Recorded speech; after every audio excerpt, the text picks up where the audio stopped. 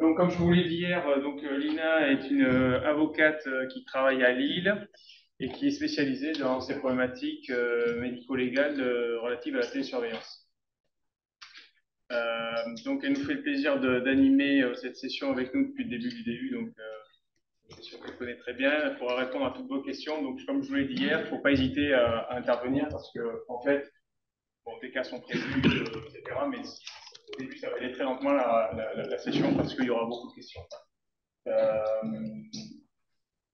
Lina, si tu as deux mots à dire là, pour qu'on teste le son, parce que D'accord. Alors, est-ce que vous m'entendez bien? ouais, là c'est parfait.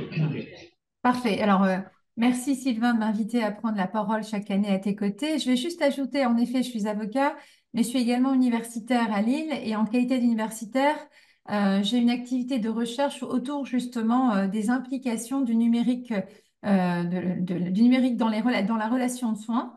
Et j'ai l'occasion à ce titre de suivre quelques équipes médicales pour justement identifier l'implication, en fait, l'impact du numérique dans la relation de soins, ce qui me donne l'occasion d'être plongée assez fréquemment dans votre quotidien. Donc c'est aussi, je crois, l'une des raisons pour lesquelles Sylvain me donne la parole à ses côtés, parce que voilà, je pense avoir une bonne vue de problématiques juridiques qui sont les vôtres, et particulièrement quand on parle de télésurveillance.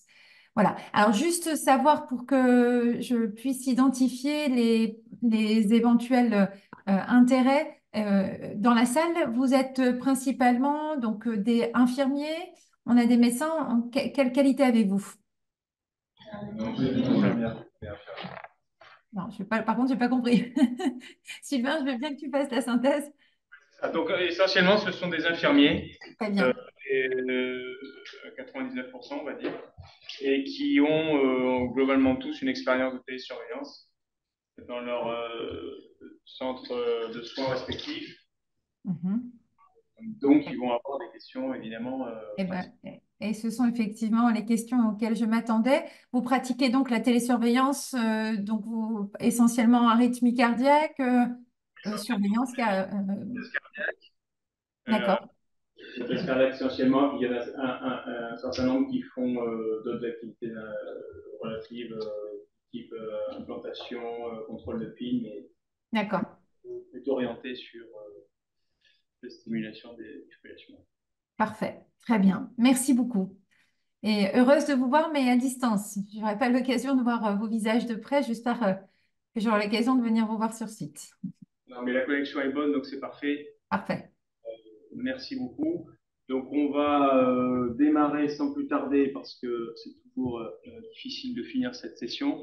Donc, d'abord, on va faire un point sur les missions qui vous incombent, que l'on peut résumer à l'inclusion du patient, la consultation des différents sites, l'analyse, le tri des transmissions, éventuellement les problématiques de communication avec le patient, qu'est-ce qu'on fait de l'information, comment on communique l'information et comment on trace correctement l'activité. Donc on va détailler ces différents points et les problématiques qui leur sont associées. Donc le premier point, c'est évidemment, il faut retenir il faut recueillir le consentement du patient avant de pouvoir l'inclure dans cette activité médicale qui est la télésurveillance. Donc là, j'ai listé un certain nombre de questions que vous pouvez avoir.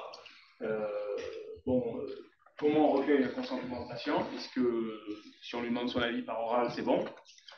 Est-ce qu'il faut impérativement qu'il signe un document? Et est-ce qu'il faut qu'il signe le document de votre clinique ou de votre hôpital? Ou est-ce qu'il faut qu'il signe un document particulier? Il faut qu'il signe un document remis par l'industriel? Derrière cette documentation écrite, il y a est-ce qu'on doit apporter la preuve qu'on a recueilli le consentement du patient et par quel procédé. Donc, par exemple, je disais, si on demandait au patient s'il était OK, qu'il nous a dit OK, si je marque dans le dossier médical, bon, ben, c'est bon, j'ai reçu le consentement du patient, est-ce que ça suffit ou est-ce qu'il nous faut impérativement la preuve écrite? Et puis la dernière question, c'est qui doit recueillir le consentement? C'est-à-dire, est-ce que c'est le médecin qui doit proposer au patient de recueillir le consentement? Est-ce que c'est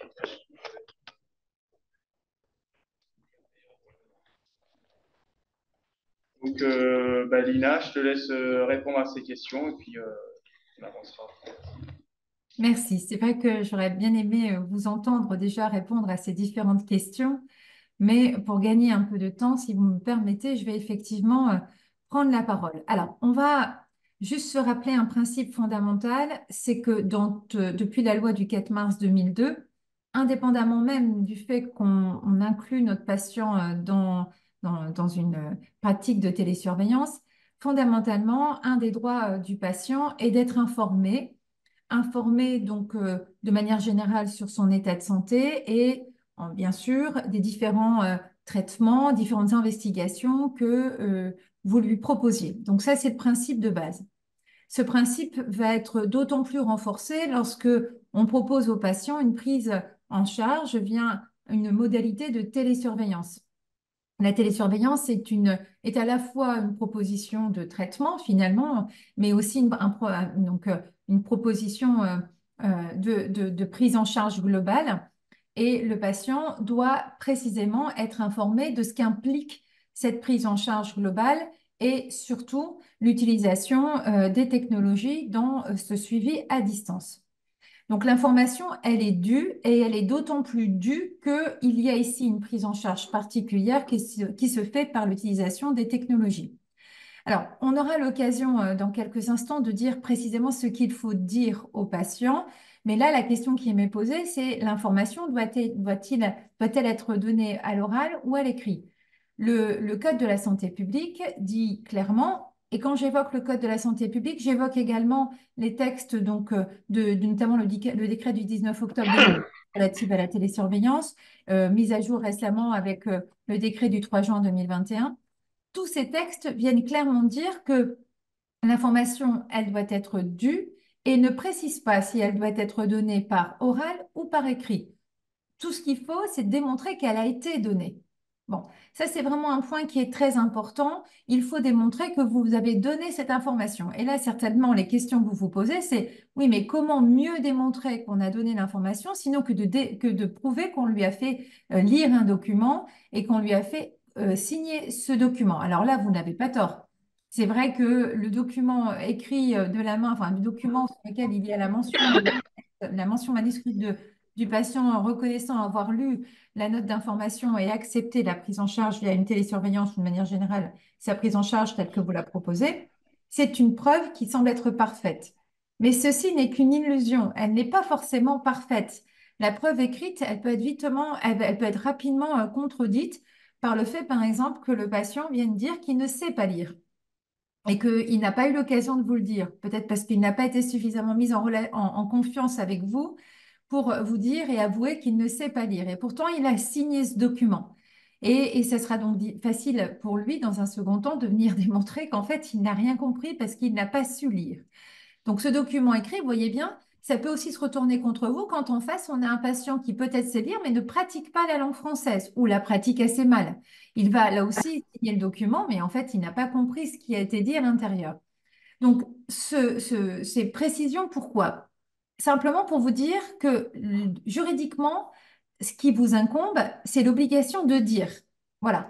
Les moyens ensuite de démontrer que vous avez dit sont diverses et variées. L'écrit est un moyen comme un autre, et s'il n'y a pas d'écrit, ou s'il y a un écrit, vous devez le compléter par autre chose. Par exemple, le fait que, avant d'inclure le patient dans votre prise en charge via la télésurveillance, vous avez eu l'occasion de le voir plusieurs fois. Alors, une fois le médecin, une fois vous, l'infirmier, l'infirmier référent. Donc, ça, effectivement, le fait qu'il y ait eu plusieurs entretiens avec différents membres de l'équipe, ce sont des éléments de preuve qui nous permettent d'indiquer que le patient a eu l'occasion de recevoir une information et a eu l'occasion aussi de discuter sur cette information.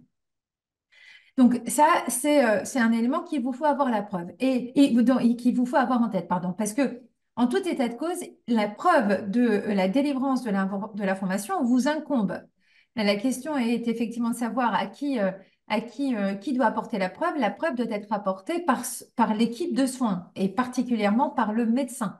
Le médecin doit apporter la preuve qu'il a bien informé le patient. Et vous avez donc compris que cette preuve peut être apportée par tout moyen. Donc, pour cette première vignette, on retiendra donc que l'obligation d'information, eh bien, elle est obligatoire, et ce d'autant que vous allez proposer au patient une prise en charge qui est différente d'une prise en charge habituelle. En l'occurrence, celle-ci fait appel aux technologies de l'information et de la communication.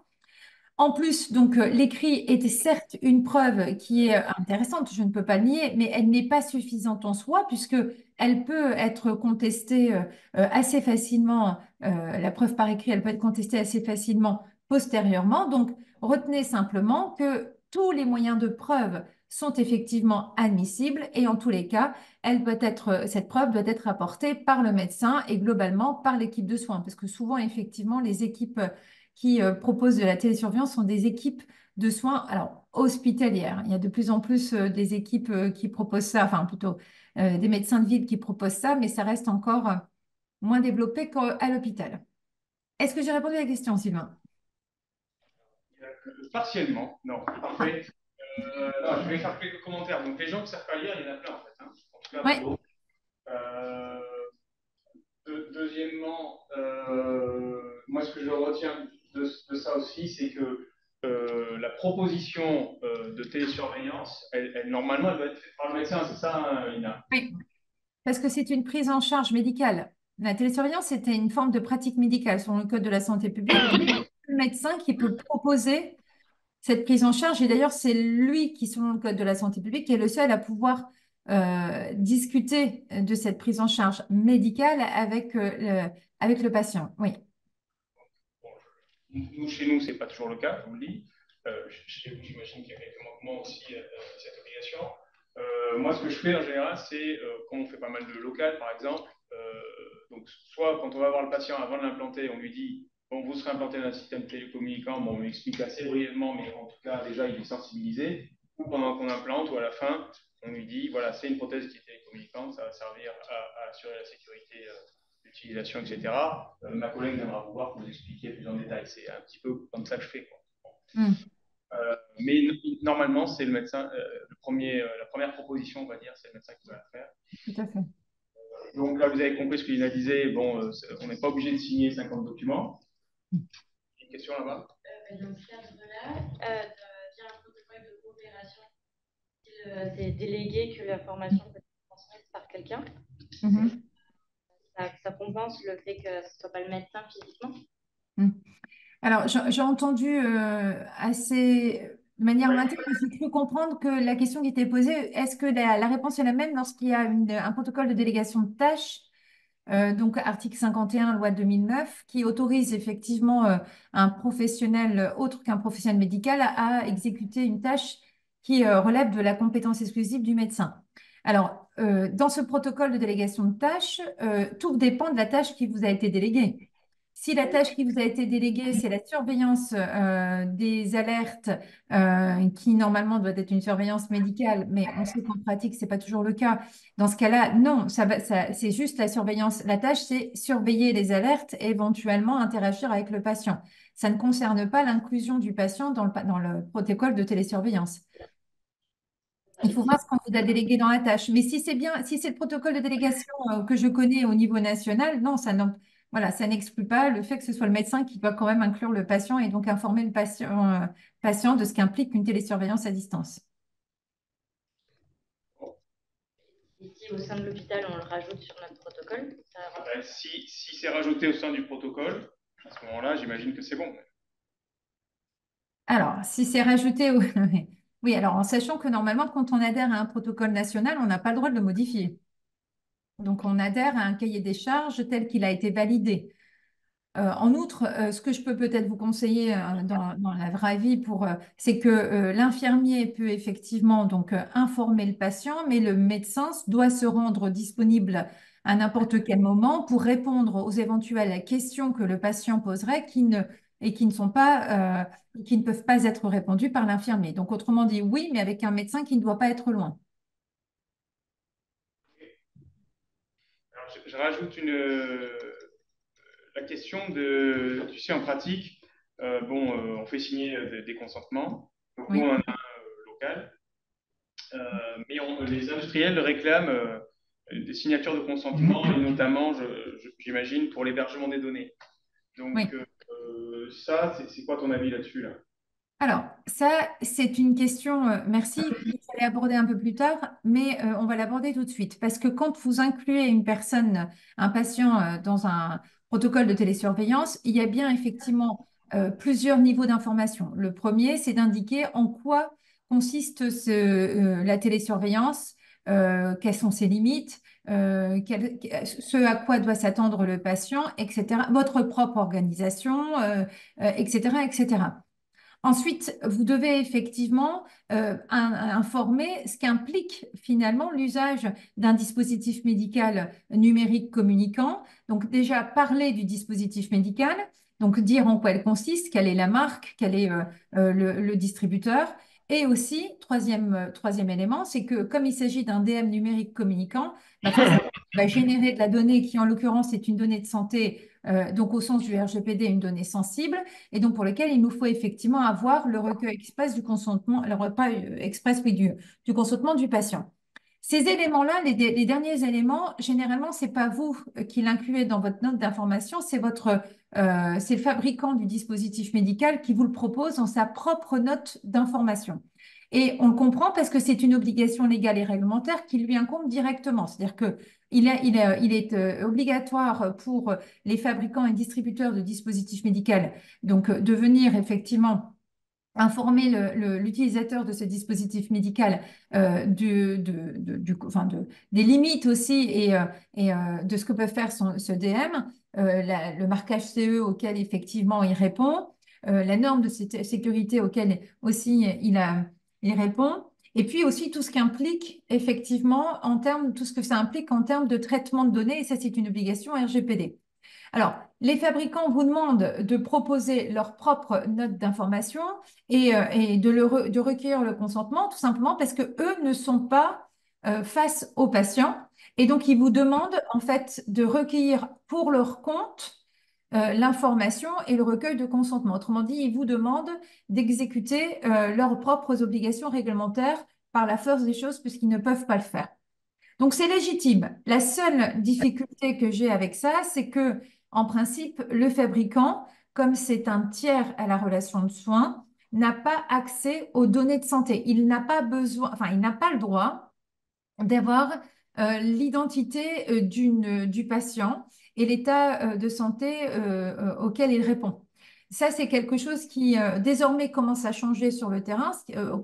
Tout au début, on travaillait ensemble avec Sylvain, on s'est rendu compte que c'était un point qui n'était absolument pas préservé par les fabricants qui récupéraient toutes les données, en ce compris celles des DM. Et on voit aujourd'hui qu'ils se mettent, voilà, ils ont changé leur pratique. Donc, ils n'accèdent plus normalement aux données médicales de vos patients, comme ils ne doivent pas accéder finalement à la note d'information qui contient et au consentement qui contient le nom de votre patient et bien évidemment son état de santé.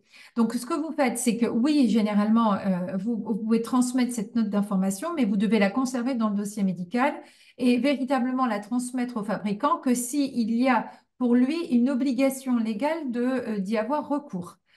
En somme aussi, parce que dans la vraie vie, ça veut dire que vous donnez généralement deux notes d'information. Et là, c'est pas très rassurant pour le patient qui se voit effectivement donc remettre deux notes d'information avec des termes qui sont parfois compliqués. Donc la recommandation que l'on fera, à la fois juridique mais aussi éthique, c'est de, si possible, de fusionner ces deux documents, d'utiliser donc un langage qui est accessible aux patients. Et peut-être garder, parce que selon les fabricants, il y a des dispositifs médicaux qui ont des particularités, et garder un document spécifique quand il y a un DM qui répond à des considérations spécifiques. Voilà. Alors, je ne sais pas si j'ai répondu à ta question, Sylvain. Oui, pour moi, c'est clair. Donc, il faut le faire signer pour les constructeurs. Et après, donc c'est vrai que ces signatures de documents constructeurs, c'est un peu comme les signatures et documents d'assurance, c'est-à-dire que c'est tellement épais et obscur que les gens signent sans savoir ce qu'ils font. Parce que même moi, je ne comprends rien. Bon, ça, on passe. Et après, donc c'est vrai que nous, on a modifié notre consentement local, sur les conseils d'ailleurs du comité d'éthique du CHU, justement pour inclure quelques clauses des documents constructeurs. Voilà. Ce qui fait que quand ils ont notre consentement, qui fait que 2 pages, bon, bah, ils ont l'essentiel des informations, y compris celles contenues chez le constructeur. Tant qu'on est sur le consentement, nous, là on va commencer la signature de consentement numérique, on va dire, sur tablette. Donc, évidemment, ça facilite la gestion, l'archivage, etc. Est-ce qu'il ne faut pas remettre néanmoins un document au patient qu'il a signé? Alors, le consentement, donc d'abord, par principe, je le dis, c'est tout à fait autorisé. Dès lors, effectivement, que tu as dans l'outil que tu utilises un certificat d'authenticité de la signature d'une part qui relie sa signature à l'identité du patient. Donc, pour ça, normalement, on a des outils qui sont dédiés. Donc, faites attention aux outils que vous utilisez, hein. Il doit y avoir quand même la preuve que c'est bien le patient qui signe et que la signature est véritablement réelle. Donc ça, c'est un premier point de vigilance. Le second point, donc le fait que vous ayez un document signé de manière électronique vous aide effectivement à éviter de faire du gaspillage papier et vous aide à l'archivage. Donc là, deuxième point de vigilance, je vous rappelle que la durée de conservation et de stockage de ces données répond donc aux deux corpus. Le premier RGPD, donc, il faut que cette conservation soit faite dans sur des serveurs, pardon, qui sont des HDS, des hébergeurs de données de santé certifiés. Si vous n'avez pas vous-même des serveurs à l'hôpital qui sont eux-mêmes certifiés, donc autrement dit, on ne peut pas les stocker n'importe où. Il faut les conserver dans des serveurs, sur des serveurs, pardon, qui garantissent une sécurité et une confidentialité de la donnée. Et la durée de conservation qui est en lien avec la durée donc, des dossiers médicaux. Donc, concernant les établissements hospitaliers, nous savons que nous avons un texte qui prévoit une durée de conservation de 20 ans à partir du dernier acte réalisé sur le patient. Alors, en outre, la question que tu me posais, Sylvain, c'est qu'à partir du moment où vous avez la signature électronique de ce document, doit-on remettre une copie au patient? Oui, la réponse est oui. Alors, est-ce que c'est une copie papier ou est-ce que tu peux l'envoyer par mail? C'est à toi de voir. Néanmoins, il a le droit d'avoir une copie parce qu'il peut à tout moment avoir besoin de revenir sur l'information qui lui a été donnée. Donc, ce document peut être utile à cet effet. Et deuxième chose, c'est que il peut en avoir besoin aussi si jamais demain il y avait un éventuel contentieux qui viendrait à naître. Il a besoin effectivement d'avoir des éléments de défense. Néanmoins, si vous décidez de lui envoyer par voie électronique, je vous rappelle que l'envoi par mail n'est pas forcément sécurisé. Alors, sauf si vous êtes doté d'une plateforme qui permet aux patients de récupérer ce document de manière sécurisée. Ce n'est pas le cas. Je vous rappelle que la communication par mail ne répond pas aux exigences à la fois du Code de la santé publique en lien avec l'obligation que vous avez de respecter le secret médical et du Code de déontologie, qu'il soit médical ou des infirmiers, qui vous oblige aussi à mettre en œuvre tous les moyens qui sont à votre disposition pour éviter la violation du secret médical. Donc, les communications par messagerie non sécurisée sont à bannir. Voilà, donc pour répondre à ta question, oui, oui, il faudrait que le patient ait accès à ce document après l'avoir signé, alors sous forme numérique ou papier. Dans tous les cas, il faut faire attention à ce que ce soit effectivement transmis de manière sécurisée. Donc on pourra y revenir, mais envoyer une ordonnance par mail sur son Gmail ou sur Yahoo, c'est interdit. Oui. Bah, disons que si vous le faites, vous prenez un risque important pour votre propre responsabilité. Le patient, lui, il n'encourt rien du tout. Mais vous, en revanche, si jamais, par exemple, et on a l'exemple classique de le patient reçoit, vous le envoyez dans sa boîte Gmail, et puis là, voilà, sa boîte Gmail est consultée chez lui par sa femme ou ses enfants, alors qu'il ne voulait pas que sa femme ou ses enfants sachent. Alors même que c'est lui qui est à l'origine de la demande de l'envoi par mail, c'est vous qui, malgré tout, êtes coupable de l'avoir violé le secret médical et de ne pas avoir garanti le fait que cette information ne pouvait être lue que par lui et non pas par les membres de sa famille. Alors, l'exemple de la famille, c'est un exemple parmi d'autres, hein. J'en ai d'autres où c'est le patient qui consulte sa boîte Gmail dans son lieu de travail. Et puis, finalement, quand il ouvre son mail, il y a une captation, il y a une trace écrite qui reste sur son environnement de travail. Et l'environnement de travail, c'est pas le sien, c'est celui de son employeur. Et l'employeur récupère du coup une information médicale du patient. Et ça pourrait vous être reproché. Voyez?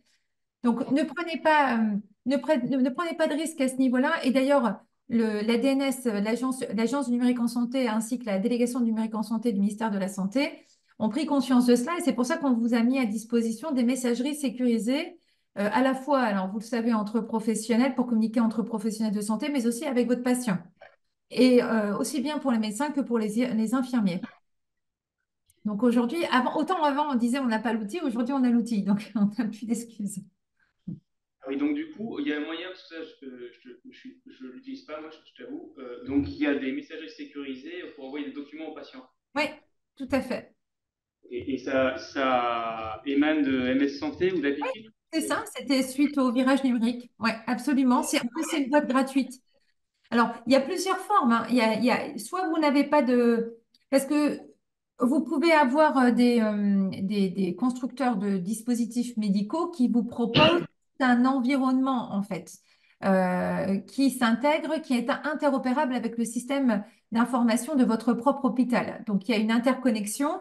Et du coup, en fait, toutes les données, par exemple, qui vont être produites par le dispositif médical vont être accessibles depuis une plateforme qui est proposée par le fabricant, qui est une plateforme sécurisée. Et cette plateforme peut avoir aussi des moyens de communication avec votre patient qui vous permettent justement de transmettre des correspondances. Toutes ne le font pas, mais il commence effectivement à avoir cette proposition. Donc c'est intéressant parce que du coup, ça vous permet de communiquer avec votre patient depuis la plateforme proposée par le constructeur, avec bien sûr l'obligation pour celui-ci et à vérifier pour vous qu'il n'accède pas à la communication. Est-ce qu'il y a des questions relatives? Oui, là-bas. Alors, je sais pas, on commence au fond. Est-ce qu'on peut communiquer avec un patient avec notre adresse mail professionnelle, mais sans forcément envoyer d'ordonnance, enfin juste par exemple par rapport à la télécardio pour demander s'ils ont eu des symptômes, des choses comme ça. Lina, je ne sais pas si tu as entendu. Donc, du J'ai coup, très bien. Oui, oui. ok, vas-y, ok, parfait. Alors, je suis toujours gênée de répondre à cette question-là parce que j'ai bien conscience que quand vous communiquez avec votre patient depuis votre adresse pro, mais lui a une adresse perso, c'est toujours de manière bienveillante. C'est pour garder un lien avec ce patient. Et donc, l'idée, c'est de même parfois de le rassurer et même vous rassurer. Mais si j'ai une application stricte de la règle juridique, le simple fait que vous communiquiez avec une adresse qui n'est pas sécurisée, je parle ici de celle de votre patient, et même la vôtre, même si vous communiquez avec la vôtre, vous prenez, voilà, et que vous communiquez avec une boîte mail qui, elle, n'est pas sécurisée, en l'espèce celle du patient, l'envoi du mail n'est pas sécurisé non plus. Voilà. Donc ça, c'est la première chose. Et donc, le simple fait que vous parliez de télécardio avec votre patient nous permet de dire qu'il a une pathologie cardiaque. Et ça, c'est un élément qui est informatif sur son état de santé. Et donc, c'est protégé par le secret médical. Autrement dit, monsieur, strictement, je devrais vous dire juridiquement, non, vous ne devez pas. Parce que c'est vous que vous mettez en danger et pas le patient. Après, là encore, il y a le droit et il y a le quotidien. Parfois, ça rend beaucoup service, la communication par mail. Et voilà, aussi bien pour le patient que pour vous. Alors, j'ai conscience de cela. C'est pour ça que j'ai toujours une recommandation. Quand vous écrivez à un patient sans envoyer d'ordonnance et parce que vous considérez que c'est utile, alors faites ça avec parcimonie, hein, ne faites pas ça, vous faites que quand c'est vraiment utile. Mettez dans l'objet du mail à destination de votre patient, vous mettez personnel et confidentiel à l'intention de Monsieur X. Voilà. C'est la précaution de base. Comme ça, au moins, quand le patient reçoit cette information depuis sa boîte mail, il sait que c'est une information qu'il ne peut pas ouvrir devant tout le monde, d'une part. Et puis, si c'est pas lui qui veut l'ouvrir et c'est par exemple son épouse, elle sait qu'elle est en train d'enfreindre le secret des correspondances parce qu'il est clairement dit personnel et confidentiel à l'attention d'eux. Donc, c'est celui qui ouvre le mail alors qu'il n'avait pas l'autorisation et qui n'était pas désigné par le mail qui l'ouvre qui se met en faute. Voilà. Donc, une précaution de base, dans votre objet, quand vraiment vous n'avez pas d'autre moyen que de communiquer par mail avec votre patient, personnel et confidentiel à l'intention de monsieur ou de madame X. Ça, c'est quelque chose qu'on fait nous. Et il y a une deuxième précaution que je prends, je ne sais pas si elle est utile, mais quand je dois envoyer une ordonnance à un patient, je lui demande s'il est d'accord pour la recevoir par mail. Oui. Il y en a qui disent non. Donc ça part par courrier. Et, voilà. Par téléphone, on n'a jamais sûr non plus qu'on est avec cette personne. Parfois, on appelle, on nous dit oui, oui, c'est moi, et en fait, au bout de 5 minutes de conversation, on dit ah, mais en fait, c'est ça qui est. Et c'est pareil, c'est pas sécurisé. C'est pareil. C'est pareil, c'est pour ça qu'on ne délivre pas toutes les informations par téléphone. C'est strictement limité à la nécessité pour laquelle vous appelez. Non, mais je suis d'accord avec vous, madame. Vous n'avez jamais la preuve et la garantie que c'est bien le patient qui est au bout du fil. Et on en a eu plein comme ça. On a eu des employeurs qui appelaient les hôpitaux pour savoir et se faisaient passer pour le frère du patient, alors que ce n'était pas le frère du patient, c'était juste l'employeur qui voulait savoir si son salarié allait revenir. J'ai une question sur la messagerie. Donc, au niveau patient, c'est entendu, mais entre professionnels, est-ce que la messagerie par mail de l'hôpital, entre paramédical et médical, est possible ou pas pour les alertes, pour la gestion des alertes, par exemple? Oui. Alors, je pars du principe que si vous communiquez entre professionnels d'un même hôpital, vous utilisez la messagerie de l'hôpital, qui est une messagerie interne et sécurisée. Donc, ça ne pose pas de problème. À partir du moment où le professionnel est légitime à recevoir cette information, bien sûr. Bah, c'est-à-dire que c'est le professionnel à qui vous envoyez l'information, mais je pense que c'est dans le cadre de l'équipe, enfin de la télésurveillance, c'est quelqu'un qui doit recevoir l'info parce qu'il fait partie de la prise en charge. Donc oui, vous pouvez communiquer par la messagerie de l'hôpital, qui est une messagerie normalement sécurisée. Oui. Deuxième question, pardon, au niveau de la conservation des documents, du consentement, par exemple, si ce document, on le scanne dans le dossier médical informatisé, est-ce qu'on a obligation de le conserver écrit en papier aussi pendant ces 20 ans?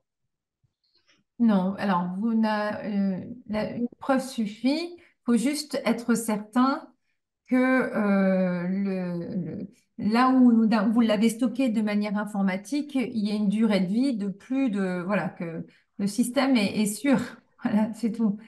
En fait, on a une durée de conservation qui est de 20 ans. Donc, après, on n'a pas non plus des exigences réglementaires quant au mode, enfin, aux modalités. Si c'est pas papier ou par électronique. Tout ce qu'on veut, c'est qu'il y ait une conservation, une trace écrite, qu'elle soit numérique ou en papier. Ça nous est égal. Mais vérifiez si vous optez uniquement sur le numérique que voilà, c'est le serveur, la configuration répondent bien aux canons tels qu'ils nous ont été, donc les référentiels de sécurité tels qu'ils nous ont été donnés par l'Agence numérique en santé. Ça, c'est le Mais cas. ça, normalement, c'est fait hein, dans les hôpitaux. Et, poursuivre sur la communication de l'information, c'est prévu. Dernière question, si c'était possible, plutôt dans l'autre sens, quand les patients nous envoient des informations, je pense notamment quand on donne des systèmes d'enregistrement d'électrocardiogrammes, les cardias, ils nous envoient les électrocardiogrammes, enfin les enregistrements qu'ils font sur votre boîte mail de l'hôpital. Là, est-ce qu'on doit sécuriser l'envoi est-ce que vous avez des précautions particulières Alors, je vois dans votre cas plusieurs aspects. Est-ce que vous avez une boîte mail qui est commune à toute l'équipe? Et du coup, quand le patient envoie, toute l'équipe peut voir. Est-ce que c'est ce cas-là? Ou alors est-ce que c'est une adresse mail dédiée à un professionnel de santé, donc vous, par exemple, l'IDE référent ou qui coordonne? Et si on vous, alors voilà. c'est de la télécardiologie. Ouais, donc c'est une adresse pour commun en fait. Donc là, ce qu'il faut, quand le patient envoie, donc il faut bien sûr lui rappeler que l'envoi qu'il fait depuis sa messagerie il n'est pas un envoi sécurisé. Parce que les gens ne le savent pas en fait. ils ne le savent pas qu'ils prennent un risque par rapport à la sécurité de la donnée qu'ils les envoient. Donc, bien leur dire, attention quand même, évitez au mieux de nous envoyer parce qu'on ne peut pas sécuriser. Sauf, encore une fois, si vous avez une plateforme à laquelle il peut accéder et déposer son document. À peu près comme vous avez dans votre fauteuil, dans votre banque. Vous avez tous une banque et vous avez tous des applications ou des accès par Internet à votre compte qui vous permet, par exemple, de discuter avec votre banquier. Typiquement, ça, c'est une plateforme qui est sécurisée. Tous les échanges qui se font depuis cette plateforme sont sécurisés. Donc, si vous avez ce type de plateforme, et je pense que vous ne l'avez pas, donc ça pourrait fonctionner. Mais si ce n'est pas le cas, dans ce cas-là, effectivement, le patient qui envoie par boîte mail euh, ces, euh, ces électrodes, donc dans ce cas-là, vous lui dites bien attention, c'est pas sécurisé. Et donc, première chose, donc faites-le que de manière exceptionnelle. Et quand ça arrive, eh ben, oui, il faut éviter que tout le monde y accède normalement. Parce que je vous rappelle que même si vous êtes tous hospitaliers, que vous êtes tous légitimes à prendre en charge et avoir des informations sur les patients, là aussi, c'est très strict. N'ont accès au dossier médical du patient que les professionnels de santé qui participent à l'équipe de soins, c'est-à-dire ceux qui participent à la prise en charge médicale du patient. Ce qui peut expliquer, par exemple, que le neuro qui passe par là, qui se rend compte en fait que parmi les patients qui sont télésurveillés, il y a sa cousine germaine et qui voit son nom et qui dit bah, je vais regarder ce qu'elle a, lui, il n'a pas le droit de faire ça. Vous voyez. Alors qu'il est hospitalier, alors qu'il fait partie du service à côté. Donc, il n'a pas le droit de faire ça parce qu'il ne fait pas partie de l'équipe de soins. Donc, et ça, c'est ce qu'on appelle un accès illégitime aux données de santé et c'est sanctionné aussi sévèrement que la violation du secret médical, soit 1 an d'emprisonnement et 15 000 euros d'amende. Vous voyez? Je ne sais pas si j'ai répondu à votre question, madame.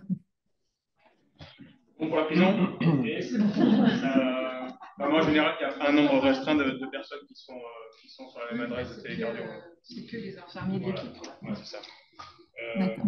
Et donc, sur la communication, oui, nous, ce qu'on a arrêté de faire, c'est d'envoyer des documents à des correspondants, cardiologues ou médecins ou infirmiers qui n'ont pas d'adresse sécurisée. Mais jusqu'à récemment, il y avait des rebelles qui ne souhaitaient pas avoir de messager sécurisé. Maintenant, ils ne reçoivent plus d'informations. Donc, par MS, ils ont de toute façon une adresse. Hein. Donc, voilà. OK. On avance sur le recueil de consentement. Donc, ça, on a dit. Oui, c'est ça. L'ordonnance d'inclusion, donc là, elle redevient entre guillemets obligatoire pour la télésurveillance. Donc, nous, par exemple, la problématique assez aiguë, c'est que on doit faire des renouvellements d'ordonnances pour les patients. On en a 8000, ou un peu plus même, et que donc, moi, je ne vais pas faire 8000 inclusions d'ordonnances tous les 6 mois. Donc, on est en train de mettre en place une sorte de système de genèse automatique d'ordonnance avec une signature perpétuelle, on va dire. Mhm. Bon, là, sur le cadre légal, je ne le connais pas, mais de toute façon, bon, voilà, nous, on y est contraint, quoi. Mhm. Oui, donc c'est un renouvellement automatique quasiment. Ouais, La c'est seule ça. chose qu'il faut, voilà, c'est pas interdit. La seule chose qu'il faut juste avoir en tête, c'est dans tes process, vérifier. Enfin, autrement dit, il faut quand même qu'à un moment donné, il y ait une appréciation faite par le médecin de l'intérêt de poursuivre la télésurveillance. C'est-à-dire que ça reste quand même, comme je le disais, une forme de pratique médicale. Donc, il faut quand même qu'on ait la trace écrite que le médecin, au bout de 6 mois ou au bout euh, et le temps de vérifier est toujours utile. Bon, alors, en ce qui concerne les prothèses cardiaques, c'est toujours utile, quoi. D'accord, Il n'y a pas de moment où on pense que ça va mieux et qu'on va arrêter. d'accord. Sauf si le patient ne télétransmet plus. Et, normalement, il y a un process de Oui. désactivation. Autant dans certaines pathologies chroniques, on pourrait imaginer, mais je pense que c'est pareil, c'est assez idiot qu'ils en ont plus besoin, mais sur les PACE et les DEF, tant que le PACE fonctionne et le DEF fonctionne, je ne vois pas tellement de raison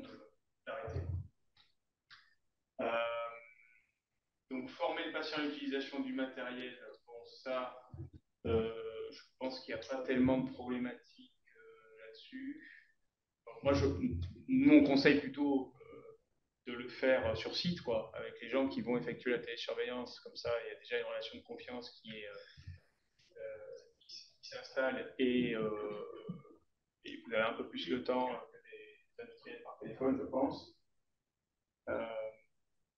Alors là, réceptionner les alertes. Réceptionner les alertes, je regarde juste, ouais.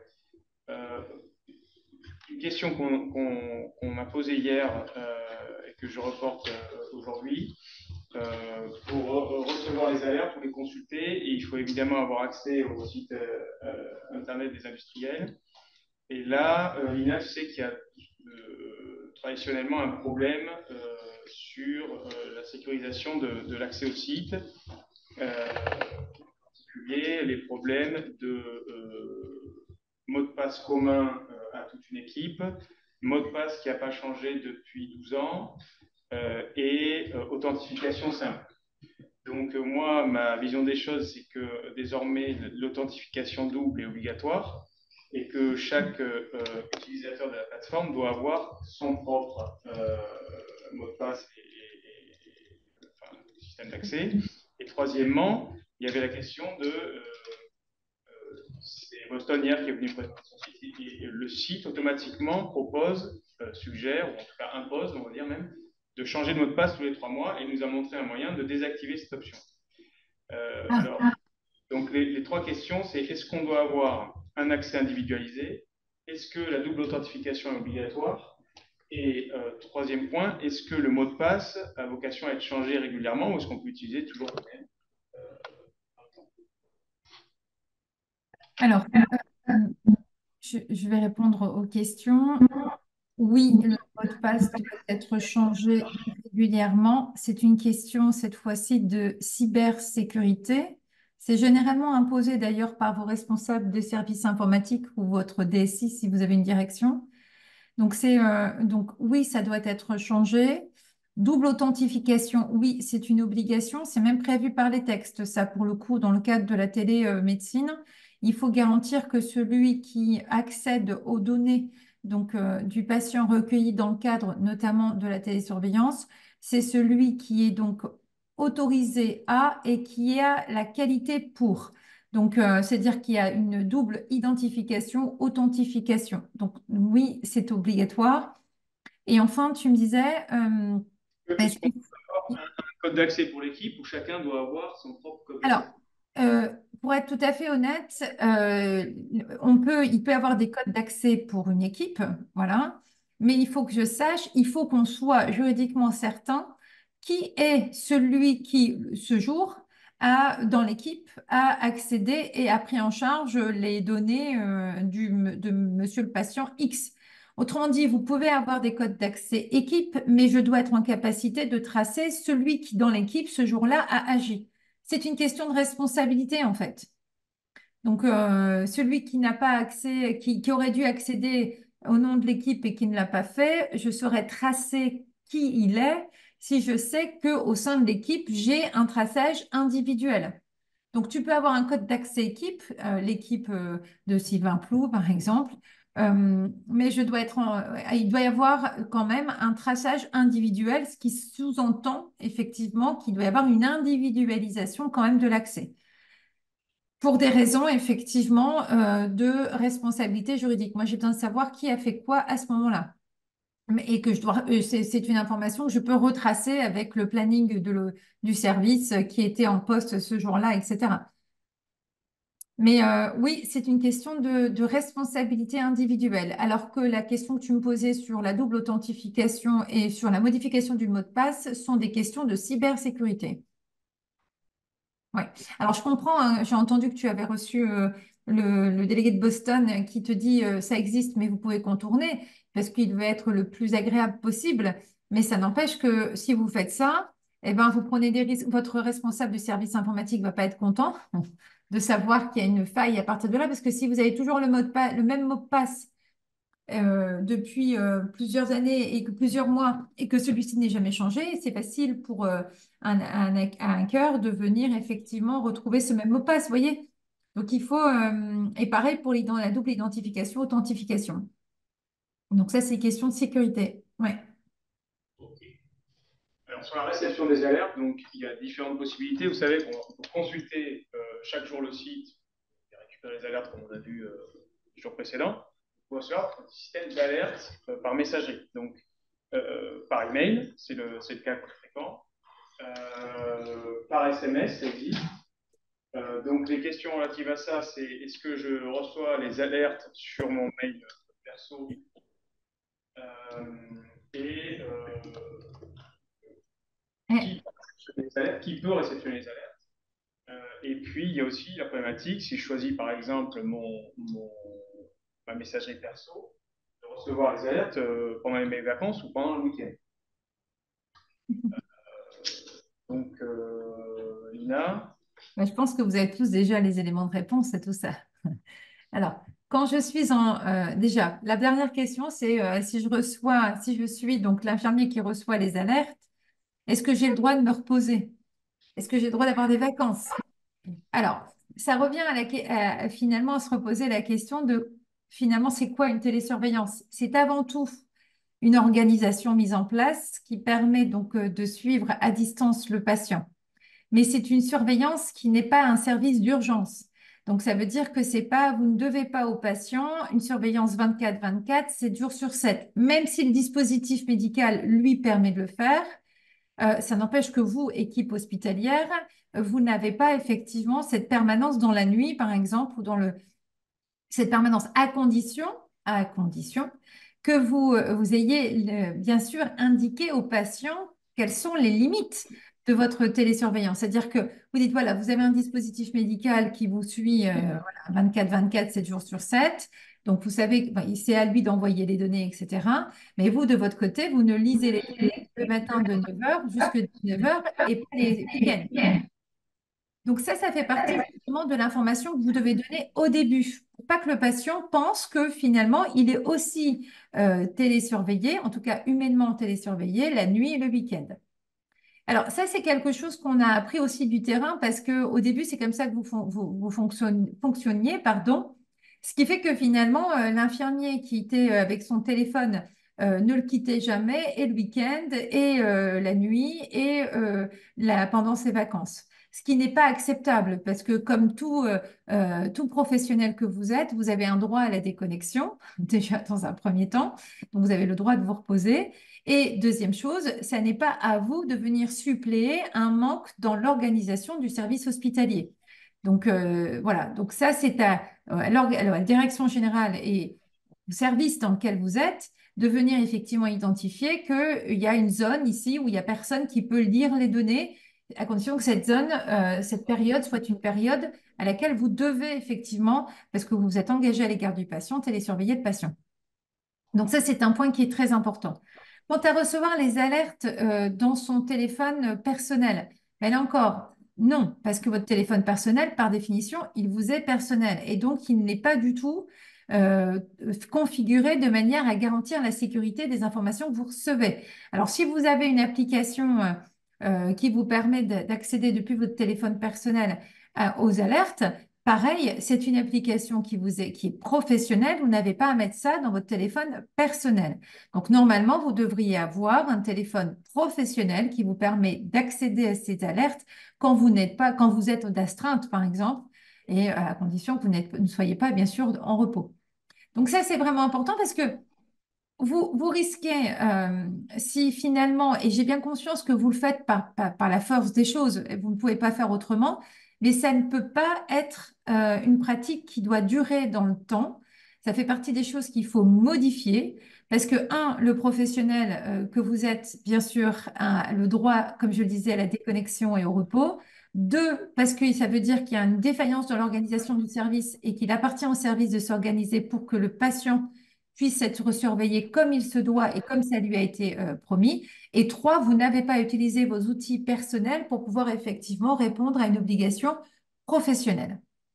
Outre le fait que quand vous utilisez donc, votre téléphone portable perso, par exemple, et que vous recevez des alertes sur ce téléphone perso alors que vous êtes avec votre famille et qu'il est possible que votre famille accède à votre téléphone portable, c'est normal, il est personnel, et bien là, pareil, vous prenez un risque de violation du secret. Il y a un J'espère. autre problème, Oui. qu'on peut soulever d'emblée, relatif à l'accès aux données hors heure de travail, et ça m'arrive. C'est si on prend connaissance d'une alerte, par exemple, je suis sur le week-end, je veux préparer mon cours du lundi, je veux chercher des cas, et le week-end, il y a des alertes. Si je vois qu'il y a une alerte et que je fais rien, Ouais. là c'est une situation délicate, là. Alors déjà, c'est une situation délicate. Tu as bien posé le nom, effectivement. Donc, déjà, ce qui est étonnant, c'est que il n'y a personne le week-end qui accède à cela. Alors, est-ce que vous avez un service de permanence le week-end? Est-ce que tu as un service de permanence le week-end qui a pour job justement de vérifier ces alertes ou pas? Il n'y en a pas, je pense qu'il y en a Alors, pas en France. Et, alors, dans ce cas-là, s'il n'y en a pas et que pour des raisons qui te sont propres, tu accèdes à cette information et tu vois qu'il y a une alerte, alors effectivement, tu dois impérativement agir. Quand tu accèdes à l'info, peu importe le moyen et que tu sais que ton patient est en danger, tu ne peux pas ignorer. Donc, dès que l'info vient à toi, et c'est d'ailleurs tout le problème des technologies, c'est que vous accédez à des informations auxquelles normalement vous n'auriez jamais eu accès et qui génèrent de nouvelles obligations pour vous. Donc, tu as accès à cette information, tu es obligé de la prendre en compte et de la traiter. Parce que sinon, voilà, tu risquerais de voir ta responsabilité être engagée sur plusieurs pistes. Oui. donc, pour poursuivre sur l'accès aux données, donc, bon, à quel patient on a droit? Ben, aux patients qui ont accepté qu'on les télésuive, d'accord? On ne va pas pouvoir accéder à d'autres patients.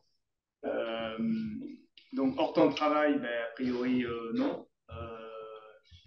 Et alors après, pour d'autres objectifs que la télésurveillance, par exemple, est-ce que j'ai le droit de prélever des données à des fins d'enseignement? Non.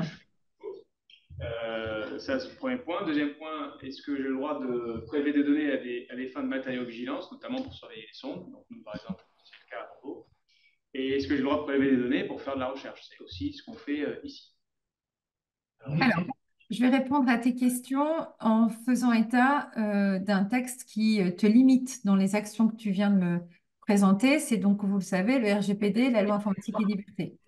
Donc, les données telles que vous les traitez dans le cadre de la télésurveillance, vous les traitez à des fins de suivi médical, à fin de traitement médical. Donc, la finalité première, c'est celle-ci. D'ailleurs, c'est la raison pour laquelle le patient, quand vous lui donnez la note d'info et où vous discutez avec lui, il dit, OK, je veux bien être télésurveillé dans les conditions qui sont les vôtres. Et donc, OK. Maintenant, si tu viens utiliser les données que tu recueilles à ce moment pour des finalités autres que celles qui ont été initialement annoncées au patient, là, effectivement, tu te mets en infraction par rapport aux lois sur la protection des données. Alors, tu vas me dire, oui, mais c'est ce qu'on fait au quotidien. Alors, généralement, on anticipe ce type de choses et quand on inclut, par exemple, un patient donc, quand on admet dans un centre hospitalier, alors notamment les grands centres qui font de la recherche tels que les CHU, un patient donc pour sa prise en charge médicale, on lui dit toujours, et c'est souvent mis dans les livrets d'accueil ou voilà, quand on l'admet, que sa donnée, bien sûr, est traitée pour des fins de prise en charge médicale, mais aussi il y a des traitements de sa donnée à des fins de recherche. Et dans ce cas-là, on s'engage à anonymiser ou à pseudonymiser ces données. Donc, de manière générale, ce qu'on fait, c'est qu'on anticipe en disant ta donnée, elle peut être aussi traitée à des fins de recherche et scientifiques. Mais dans ce cas-là, vous devez garantir le fait que cette donnée, une fois traitée, elle le soit de manière anonymisée, c'est-à-dire impossibilité pour le patient d'être identifié. Alors, ouais. Mais si ce n'est pas le cas, parce qu'il y a des centres hospitaliers qui ne le font pas, ou alors toi-même, tu peux avoir un topo à faire qui n'est pas tout à fait de la recherche, et tu te dis, mais mince, est-ce que j'ai le droit de les utiliser? La réponse c'est non, sauf à en informer de nouveau le patient et de ce que celui-ci ne s'y oppose pas. Nous, dans notre consentement, c'est marqué qu'ils sont OK pour participer à des activités d'enseignement et de recherche, comme disait Lina, sous réserve que ce soit pseudonymisé. Absolument. On a eu l'accord du comité éthique pour ça aussi. Et alors après, il y a la question délicate, ou pas d'ailleurs, de qui a droit d'accéder aux données des patients. Donc, plus simplement dit, est-ce que, par exemple, les industriels ont le droit de consulter les données patients de leur site respectif? Non. Alors, les industriels n'ont pas le droit de consulter les données patients. Alors, ça leur est interdit parce que c'est des tiers technologiques et ils ne font pas partie de l'équipe de soins. En fait, pour répondre d'abord à ta question, qui a droit d'accéder aux données du patient? Donc, ont accès aux données du patient les membres, je l'ai évoqué tout à l'heure, qui font partie de l'équipe de soins, c'est-à-dire qui participent à la prise en soin du patient, qu'il soit un professionnel de santé, un médical ou un paramédical, un infirmier, un médecin, ou un professionnel tout court que peut être par exemple le psychologue. Donc, à condition bien sûr qu'il s'agisse d'une équipe de soins. Donc, l'équipe hospitalière est par définition une équipe de soins. Donc, le tiers technologique ne fait pas partie de ces professionnels autorisés à partager un secret, donc à accéder aux données. En revanche, comme tu le disais, il y a des questions de matériaux-vigilance. Par contre, ça, c'est une obligation réglementaire qui leur est propre.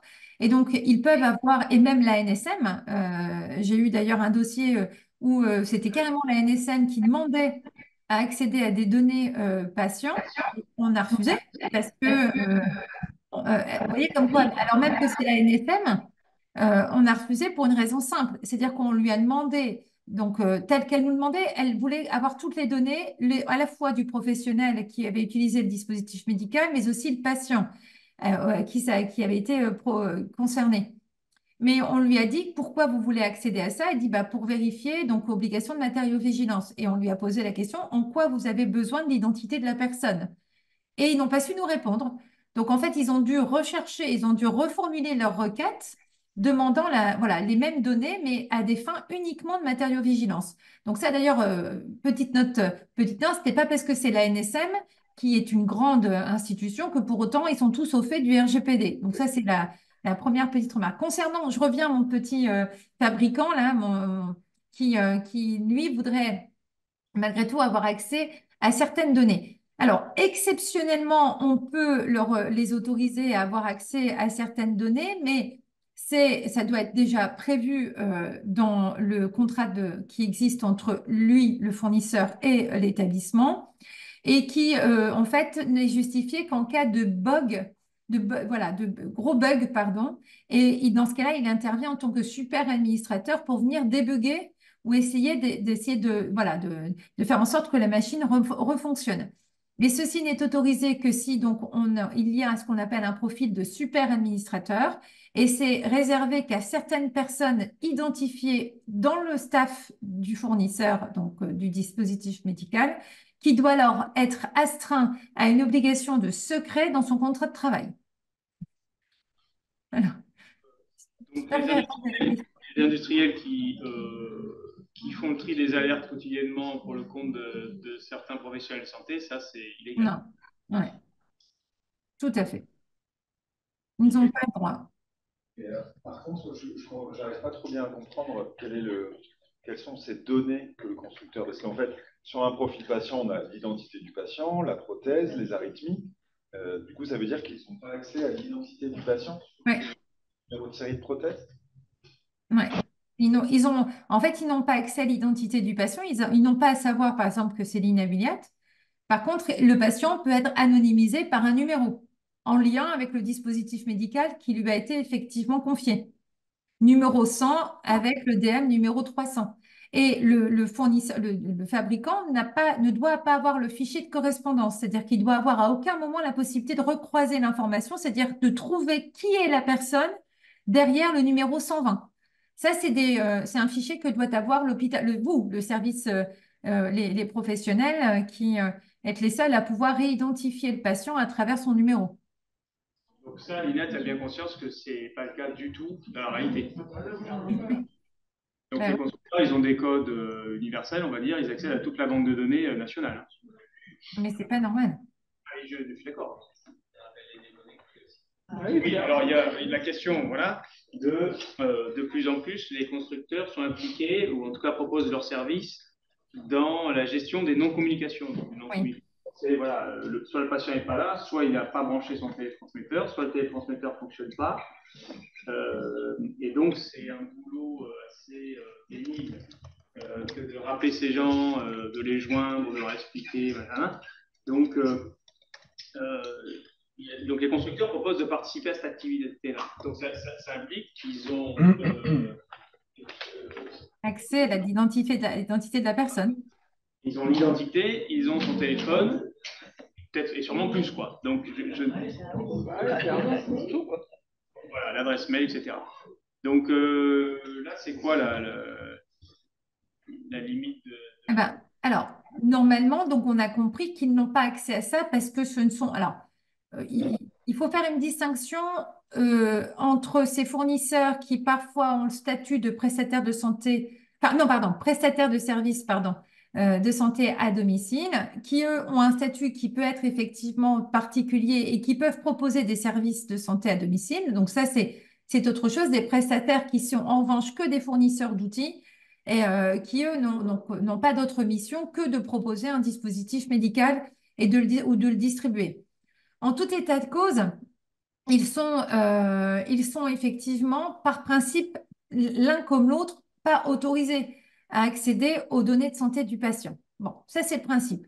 À ce principe, quelques exceptions. Donc, le fait, par exemple, que comme les prestataires de services de santé à domicile, que leur mission est en lien avec la santé, avec la prise en charge de la santé. C'est-à-dire que leur mission, forcément, elle est indispensable à la bonne organisation à la bonne organisation de la prise en charge. J'ai en tête l'apnée du sommeil, par exemple. À l'époque, on parlait de téléobservance et ensuite de télésuivi de l'apnée du sommeil, où on avait vraiment besoin de ces prestataires de santé qui allaient à domicile, prestataires de service, pardon, qui allaient à domicile, qui allaient régler les machines sur le nez des patients, chose que le médecin ne pouvait pas faire. Donc, eux, forcément, avaient besoin de l'identité du patient parce qu'ils participaient à l'organisation finalement de l'activité. Donc ça, eux, ça peut être autorisé, mais pour que ce soit autorisé, il faut que ce soit autorisé à plusieurs niveaux. Donc, un, qu'ils participent activement à l'organisation de la télésurveillance. Deux, que le patient soit d'accord. Et là, pour le coup, il faut une autorisation expresse du patient d'autoriser un prestataire particulier à accéder à sa donnée de santé. Et ce, à deux titres. Un, parce que c'est accéder à une information qui protège son secret médical. Donc, et deux, et surtout, et ça suppose que le prestataire en question traite sa donnée de santé, qui, au sens du RGPD, est une donnée qu'un tiers ne peut pas traiter. Donc, sauf autorisation expresse du patient. Est-ce que j'ai été claire? Là, l'exemple de l'observance des ventilations à domicile, il est un peu particulier parce qu'effectivement, ces prestataires, ils ont, je pense, un statut particulier. Oui, exactement. C'est pour ça que je l'ai signalé. Je distinguais bien entre les deux, oui. Et ces prestataires, il n'y a pas de fonction particulière sur le plan de la télésurveillance des prothèses cardiaques. Non. Alors, je sais que certains sont en train de demander ce statut. Parce qu'il a été visé à la marge dans des textes qui ont permis, vous le savez, de faire rentrer la télésurveillance dans le droit commun de la sécurité sociale. Donc, ce sont les textes généraux, pas ceux qui concernent précisément, si, ce sont les textes généraux, où il prévoit effectivement que l'opérateur qu'est le médecin, en fait, l'équipe hospitalière, peut faire appel effectivement à des tiers dont peuvent faire partie les prestataires de services de santé à domicile.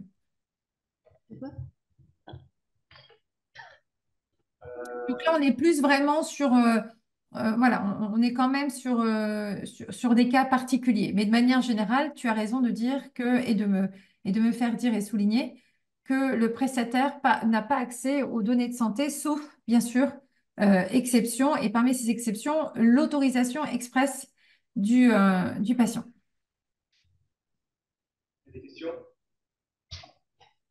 Mais du coup, c'est pareil pour les sociétés qui proposent des services d'inclusion où on leur envoie la fiche d'inclusion. Tout à fait. Tout à fait. C'est complètement pareil. Avec tous les soucis d'identité-vigilance, etc., où on doit vérifier plusieurs fois l'identité d'un patient. ça paraît compliqué d'anonymiser, entre guillemets, ou de codifier l'identité du patient sur son profil constructeur. Alors, pour être tout à fait honnête, dans ce cas de figure-là, vous avez l'obligation dans le cadre de la matériovigilance, de faire des remontées. Ce que je vous conseille, d'ailleurs, c'est de ne pas le faire vous directement et que ça passe par votre DPO, votre délégué à la protection des données. Vous en avez certainement un dans j'espère, votre établissement. Parce que là, véritablement, il y a un enjeu. Il y a un vrai enjeu. Parce que vous devez répondre à des obligations réglementaires qui sont en lien avec la matériovigilance, mais vous devez respecter aussi les lois sur la protection des données. Donc, il faut vérifier que ce traitement de données qui consiste à extraire de la donnée et à transmettre corresponde bien aux exigences légales et réglementaires du RGPD, de la loi informatique et liberté. Donc, ça, c'est quelque chose sur lequel il faut être vigilant. Et je vous recommande de passer par le DPO, d'ailleurs, dont c'est la mission. Point de vue sur l'anonymisation sur le site, c'est que c'est pas à nous de veiller aux bonnes pratiques du constructeur. D'accord ? Si vous travaillez avec des numéros, déjà dans la pratique quotidienne, c'est impossible, parce qu'il faut toujours essayer d'aller voir le numéro qui c'est, et après d'aller dans le suivi médical, c'est un bordel sans nom. Il y a des risques même de tomber sur le bon patient. Voilà, donc ça, c'est. Enfin, je les conseille de le faire, quoi. Ouais.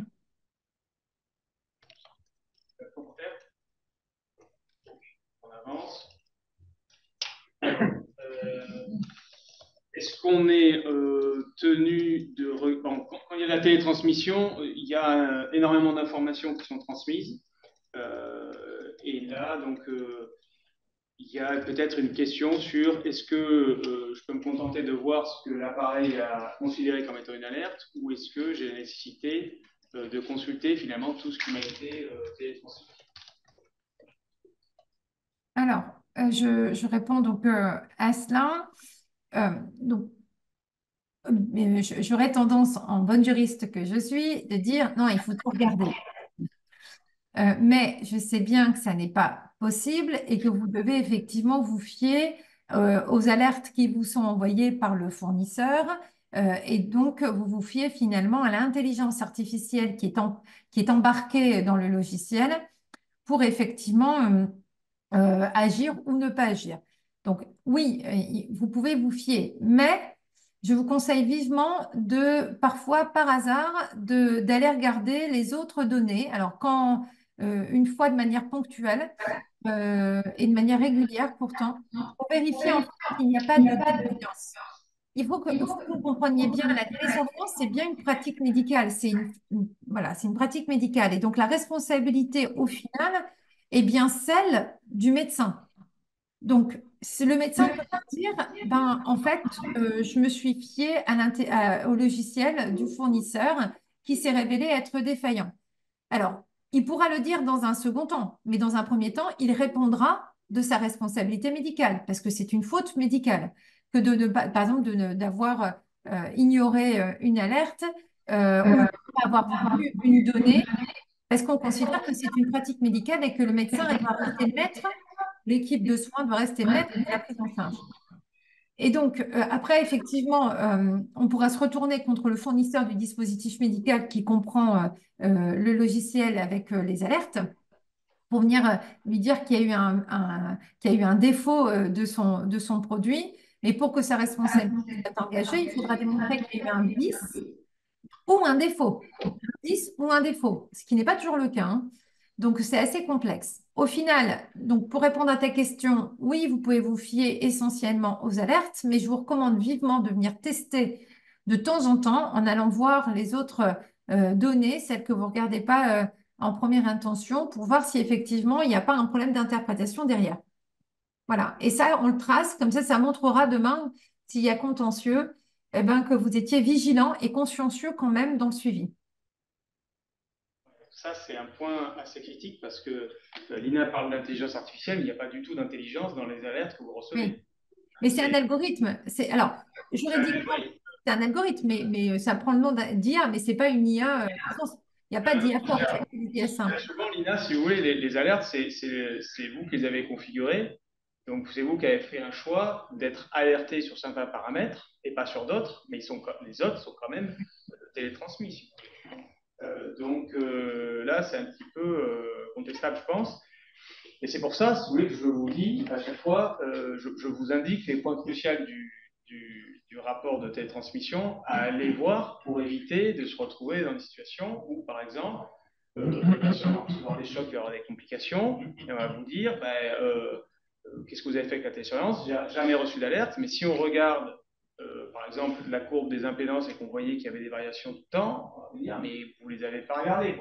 Et je pense à juste titre. D'accord. Donc, si on est pressé, il y a des choses plus ou moins importantes. Donc, moi, je vous donne les choses les plus importantes à voir. Et donc, bon, les alertes.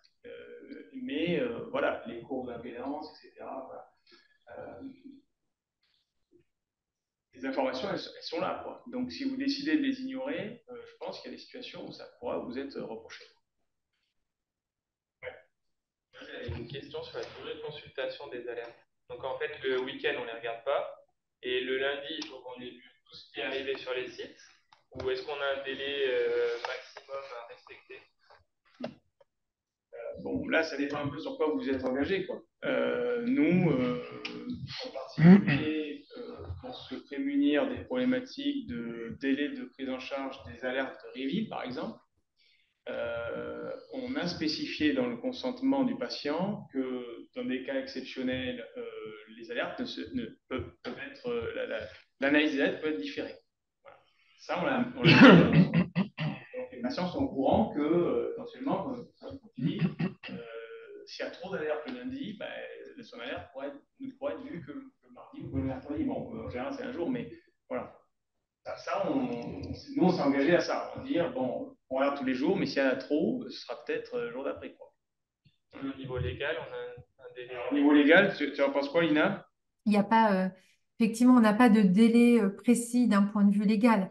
Ce qu'on va juste, si jamais il y a un souci, ce qu'on va effectivement regarder, c'est dans un second temps, c'est le temps que vous avez mis à interpréter des données. Alors, si ça vous a pris 24 heures ou 48 heures, je pense que c'est acceptable. Si maintenant vous les lisez à la fin de la semaine, là, effectivement, ça commence à être moins acceptable. Voilà. Donc, c'est plutôt de l'ordre de la bonne pratique du caractère réglementaire. Il n'y a pas de délai en fait. Dire, bon, moi j'ai regardé tous les jours, mais j'avais trop de travail, du coup ça s'est reporté sur un autre jour, c'est différent que de cette semaine, j'étais au DU, j'ai pas regardé, personne n'a regardé. Et si dans l'hôpital, il n'y a personne de dédié pour le faire? Là, Voilà. Une semaine, je suis au DU, s'il n'y a pas de collègue pour le faire, de dédié, vu que je ne suis pas là sur le planning, il n'y a personne. D'accord, mais là c'est un problème. Oui. C'est un problème de continuité de soins, quoi, ça. Oui, C'est comme si on disait aux patients dans le service, la semaine prochaine, il n'y aura pas d'infirmière. Mais ça peut. Oui, non, mais j'entends. Mais c'est la même chose, en fait. Et nous, la télésurveillance, on est tous d'accord ensemble là-dessus, hein, mais c'est pas un truc funky qu'on rajoute en plus aux patients. C'est un moyen de prise en charge qui est maintenant, je pense, le gold standard sur la prise en charge des patients implantés. Donc, si on arrête de le faire pour plusieurs jours, c'est bizarre, quoi. L'organisation ne devrait pas le permettre, ça. Nous, pour revenir à ce qu'elle disait, on a prévenu qu'on était absent cette semaine, on l'a prévenu tous les médecins responsables, en leur disant, à charge à vous maintenant, cette semaine, de le faire, parce que nous, on sera absent. Il faut assurer une continuité du bien sûr. Oui. Ils ont eu l'info. Oui, c'est ça. Bon, après, s'ils ne veulent pas le faire, ça les regarde, mais... Dans tous les cas, on ne sera pas sur le site pendant une semaine. Ok. Alors là, si c'était tout, on a vu. Gérer les non-transmissions, on en a parlé. Donc là, le rôle du constructeur, bon, pour moi, ça reste quand même assez encore un peu obscur, le rôle du constructeur, mais... alors, analyser les tracés, évaluer la pertinence des alertes, bon, c'est votre boulot. Et vous agissez, je parle sous le contrôle de l'INAS, le responsable in fine du traitement des alertes, c'est quand même le médecin. Oui, tout à fait. Donc,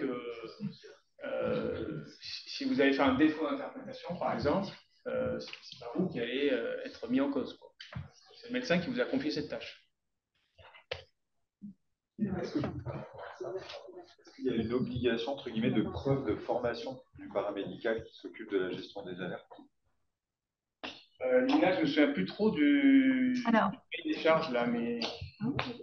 Ah oui, non, vous avez tous de toute façon l'obligation d'être formés à l'utilisation, à l'organisation, donc une formation à l'utilisation des outils et une formation aussi au sein de l'équipe pour qui fait quoi. En fait, il faut que vous démontriez que vous êtes formé, organisé et que le service est fonctionnel de manière à ce que quand vous proposez aux patients, il n'y ait pas de risque à ce niveau-là. Donc oui. Bon, ce qui vous concerne, c'est bon, vous êtes nickel. Et c'est une question que j'entends parfois, c'est donc le médecin m'a demandé de gérer les alertes, mais finalement, est-ce que je fais un petit peu comme je le sens, ou est-ce que je peux exiger un arbre décisionnel, c'est-à-dire pour telle alerte, je préviens pas, pour telle alerte, j'appelle le patient, ou je fais ça, voilà. Est-ce que ce document, par exemple, doit exister, ou est-ce que c'est un peu plus... C'est toi, tu poses la question, la réponse est oui. Oui, c'est à toi que je pose la question, oui. Ah, d'accord. Oui, ce document doit exister parce que c'est typiquement ce document-là qu'on va venir chercher, nous, les juristes, en cas de contentieux, voir un peu comment vous étiez organisé et on fera analyser par l'expert médical qui sera mandaté par le juge pour vérifier si oui ou non il y a une faute médicale, si votre protocole, votre arbre décisionnel était effectivement médicalement et scientifiquement viable. Qui doit faire l'arbre décisionnel, le médecin ou le paramède? Non, c'est le médecin. Ah oui, d'accord. Sinon, voilà. Si on ne le fait pas, il n'est pas fait. Vous pouvez le faire et le faire valider par le médecin. Oui. Alors, les appels. Ouais, c'est ça. Donc là, sur l'appel patient, les problématiques les plus aiguës, c'est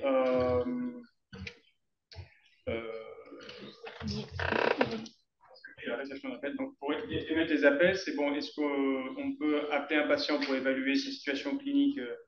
Bon, là, je pense qu'il n'y a pas de problème. Mais par contre, c'est vrai que là, il y a la problématique de j'arrive pas à joindre le patient. Pourtant, il paraît en danger. Par exemple, les pertes de capture qu'on a vues, choses comme ça. Bon, je regarde dans son dossier médical. Est-ce que je peux appeler sa fille? Est-ce que je peux appeler son voisin? Choses comme ça. Voilà. Ce qui est parfois fait, quoi. Donc, Lina? Alors, on se souvient on s'est dit que la télésurveillance est une pratique médicale et donc elle est protégée par le secret médical. Donc, vous n'êtes pas autorisé, en principe, à parler de la télésurveillance à quelqu'un d'autre qu'au patient lui-même. Donc, ce qui veut dire que normalement, toute interaction que vous devriez avoir au sujet de la télésurveillance ne peut avoir lieu qu'avec le patient. Mais on sait, il peut y avoir aussi un intérêt à ce qu'on ait à contacter quelqu'un d'autre que le patient s'il ne répond pas, comme tu le disais très justement, ou si et voilà, il semble qu'il y ait un dysfonctionnement avec son DM. Donc, est-ce que j'ai le droit d'appeler quelqu'un d'autre? Non, si le patient ne vous a pas donné l'autorisation. Donc, ce qui veut dire qu'au moment où vous allez inclure le patient dans la télésurveillance, vous devez impérativement penser à lui poser la question de qui est votre personne, qui est la personne que vous autorisez à appeler si vous n'arrivez pas, si on n'arrive pas à vous joindre. Si vous dit telle personne, dans ce cas-là, vous appellerez cette personne-là et personne d'autre. Mais attention, cette personne-là, si le patient vous autorise à la contacter, il ne vous autorise pas pour autant à tout dire sur son état de santé. Donc, c'est uniquement une personne que vous ne pouvez contacter que pour avoir des nouvelles du patient, mais pas plus, pas pour donner des résultats, par exemple, pas plus. Et si par contre le patient vous dit personne, je veux que personne le sache, c'est là où il y a une difficulté parce que vous dites dans ce cas-là, il y a un problème au niveau de l'inclusion parce que nous, on a besoin d'avoir un référent. Voilà, parce que et donc là, il faut qu'il donc ça, c'est à vous de voir. Est-ce que j'inclus quand même le patient ou pas? Alors c'est difficile hein, comme question. J'ai bien conscience qu'elle est essentiellement juridique parce que c'est quand même dommage de ne pas inclure un patient qui en a besoin pour ça. Mais ça suppose aussi qu'il, si jamais il ne vous donne personne et ne vous autorise à appeler personne, il va y avoir à un moment donné une difficulté pour vous si le patient ne répond pas. Et donc, ça veut dire qu'à chaque fois qu'il ne répond pas, vous allez devoir appeler l'ambulance ou le SAMU pour qu'ils aillent pour aller chercher, ce qui est impensable pour vous. Donc, il faut quand même que le patient comprenne votre organisation et qu'il vous donne l'autorisation de contacter une personne. Mais j'insiste, c'est le patient qui doit identifier la personne. C'est pas à vous d'aller chercher dans le dossier administratif une personne qui aurait été éventuellement présente au moment de l'inclusion. Non, c'est le patient qui vous autorise à contacter telle personne pour telle raison. Ça, c'est la personne de confiance, c'est ça? Alors, ça peut ne pas être la personne de confiance. La personne de confiance, c'est une personne qui est désignée dans le Code de la santé publique comme étant une personne qui peut, donc lorsque le patient est en état d'exprimer sa volonté, l'assister, donc lors des consultations. Mais lorsque le patient n'est plus en état d'exprimer sa volonté, la personne de confiance a pour rôle de témoigner de sa volonté. Voilà. Donc, dans notre cas de figure, c'est pas forcément la personne de confiance. Ça peut l'être, et c'est top, mais ça peut être quelqu'un d'autre. Il peut y avoir une personne de confiance pour le patient qui est désigné en tant que tel, mais qui va pas être inclus pour la télésurveillance du patient. Le patient se disant, par exemple, moi, la personne de confiance, ben, ça peut être un patient vieillissant. La personne de confiance, ça va être sa femme, vieillissante aussi, et qui comprend pas bien ce que c'est que le dispositif numérique communicant. Et il va vous donner comme personne référente sa propre fille, qui, elle, par contre, comprend. Voilà. Donc, il ne faut pas vous arrêter à la simple qualification personne de confiance ou pas. Ce qui compte là, c'est que le patient vous donne l'autorisation de contacter cette personne qui peut ou non être la personne de confiance si jamais il y a un souci en termes de la télésurveillance. Du coup, on ne peut pas être attaqué pour non-assistance à personne en danger. Ça, c'est autre chose. Parce que moi, j'ai eu un patient, nous a pas prévenu, il a déménagé au Portugal. Et vous voyez, l'ERI s'approchait, il était stimulé à 100%. Et du coup, on a L'ERI, c'est la fin de vie du système, en fait. Oui, d'accord. Et là, on a vraiment cherché à le joindre et j'avoue que j'ai tout remué pour le joindre, ce qu'on n'a jamais réussi à faire. Heureusement, on a eu un follow-up et du coup, on l'a viré de la télécardio. Mais là, nous, on s'est vraiment posé la question de non-assistance à personne en danger. Donc là, Lina va peut-être me corriger, mais nous, ça nous arrive évidemment. Donc là, je pense que la bonne pratique, c'est de tracer le fait qu'on a essayé, quoi. Mais du coup, moi, j'ai appelé tant de fois, j'ai envoyé tant de courriers, j'ai appelé son médecin traitant. D'un moment, vous n'êtes pas Interpol, quoi. Donc, tu vois, des fois, les filles me disent ah, toi, comment on fait j'ai fait ça. Donc, si c'est tracé, je ne sais pas ce que tu en penses, Lina, mais bon. C'est exactement ça. Je pense comme toi. Et si on appelle quelqu'un de proche, mais qu'on ne se présente pas, on dit est-ce que vous pouvez dire à monsieur de rappeler tel numéro qui donne pas sur qui donne juste, qui fait que sonner, où il n'y a pas. Par exemple, nous, le télécardio, il n'y a pas de message qui dit que c'est la télécardio. Vous pouvez appeler, si on répond pas, mais ça va sonner. Donc au final, c'est pas, on diffuse pas le nom, on dit pas ce que c'est. Est-ce que c'est gênant là? Non, tant qu'on ne sait pas qui vous êtes, vous pouvez tout à fait le faire, mais j'ai un doute sur le fait que la personne vous rappelle. Voilà. Ouais, si on leur dit que c'est urgent. Ah, vous pouvez, à condition. Attention, pareil, hein, s'il rappelle et que vous avez le standard de l'hôpital et que voilà, la femme appelle, elle se rend compte que c'est l'hôpital, c'est bien, je ne vais pas dire, non, je ne vais pas exagérer, c'est bien, votre façon de faire peut être utilisée, monsieur. Mais sachez que derrière, c'est pas aussi clean que d'avoir demandé au moment de l'inclusion au patient qui vous pouvez contacter et d'appeler cette personne-là si jamais il y a un besoin. Voilà. Donc, parce que vous pouvez dire, vous dites à monsieur de me rappeler si c'est urgent, mais le problème, c'est que monsieur ne sait pas que c'est le service hospitalier qui l'appelle. Et du coup, il va se dire, bon, bah, je rappellerai tout à l'heure. Et donc, vous voyez, il peut y avoir un hiatus à partir de là qui lui fait perdre une chance de vous rappeler parce qu'il ne sait pas qui vous êtes. Il vaut mieux, sincèrement, alors, si au moment de l'inclusion, vous ne l'avez pas fait, et si c'est pas grave, vous êtes toujours à temps pour récupérer le dossier et demander au patient, en fait, qui je peux contacter. Et éventuellement, lui demander 2 personnes plutôt qu'une. La problématique, c'est souvent sur le moment, en fait. Alors, même s'il nous a donné un deuxième nom, le numéro ne marche plus, ou enfin, quand ça arrive, en général, c'est qu'on a besoin enfin, on peut l'avoir fait, mais qu'on n'a pas de moyen de communiquer avec eux, quoi. Nous, récemment, on a eu un problème avec un patient pour lequel on avait appelé sa fille. Il nous a a posteriori bien remonté les bretelles parce qu'on avait appelé la fille. Ah oui.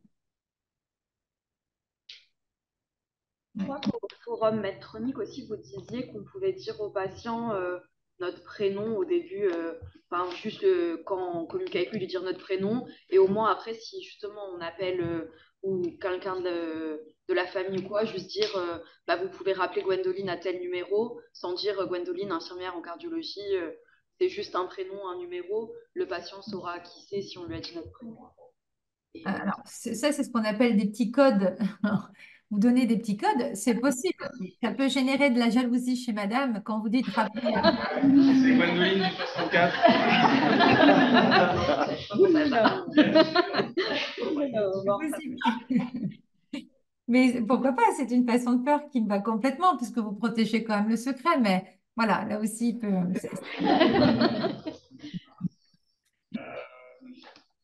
Ok, donc, sur la réception des appels, ben là, on n'a fait même pas 20% du diapo, mais c'est pas grave. Sur la réception des appels, là, il y a toujours un petit sujet sur les gens qui appellent pour savoir s'ils vont bien. Ouais. Et alors, donc, il y a deux doubles problématiques. C'est d'abord, est-ce que c'est vraiment eux qui appellent? Vraiment pas du tout savoir. Et deuxième problématique, ce sont des gens en général, de façon systématique même, qui sont symptomatiques. Vous leur dites, ben moi j'ai rien, traduction dans leur cerveau, t'as rien. Et donc ils restent chez eux avec un problème qui s'aggrave. Donc chacun fait bien comme il veut, mais nous, dans notre centre, la consigne, c'est on ne donne jamais d'informations par téléphone. C'est toujours la consigne, vous allez voir un médecin, et si le médecin veut des infos, il appellera le médecin de notre centre. Alors, donc, et avec ça, on n'est pas emmerdé. Donc, je ne sais pas si vous travaillez différemment, mais objectivement, ouais. Et sur les holters, quand les patients envoient un symptôme et qu'ils disent, après des fois ils appellent, ils disent est-ce que vous avez reçu quelque chose Bah là, c'est un peu particulier parce que ouais, c'est ce qu'on leur demande de faire. En gros. Là, ici, je pense que le mieux, c'est mettre ça les rappels. Parce qu'au moins, tu sais que ça va être la bonne personne, etc. Et je pense que c'est ça le mieux. Et là, c'est différent, parce qu'on leur a demandé de le faire. Mais je pense au cas typique, qui a dû vous arriver 1000 fois, c'est j'ai des palpitations, qu'est-ce que j'ai? Est-ce que j'ai de l'AFA? Je suis essoufflé, est-ce que j'ai ça? Voilà, c'est insupportable. Donc si tu es symptomatique, tu vas voir un médecin, et puis si le médecin veut des infos, il nous appelle. Parfois, il n'y a pas le médecin généraliste en vacances.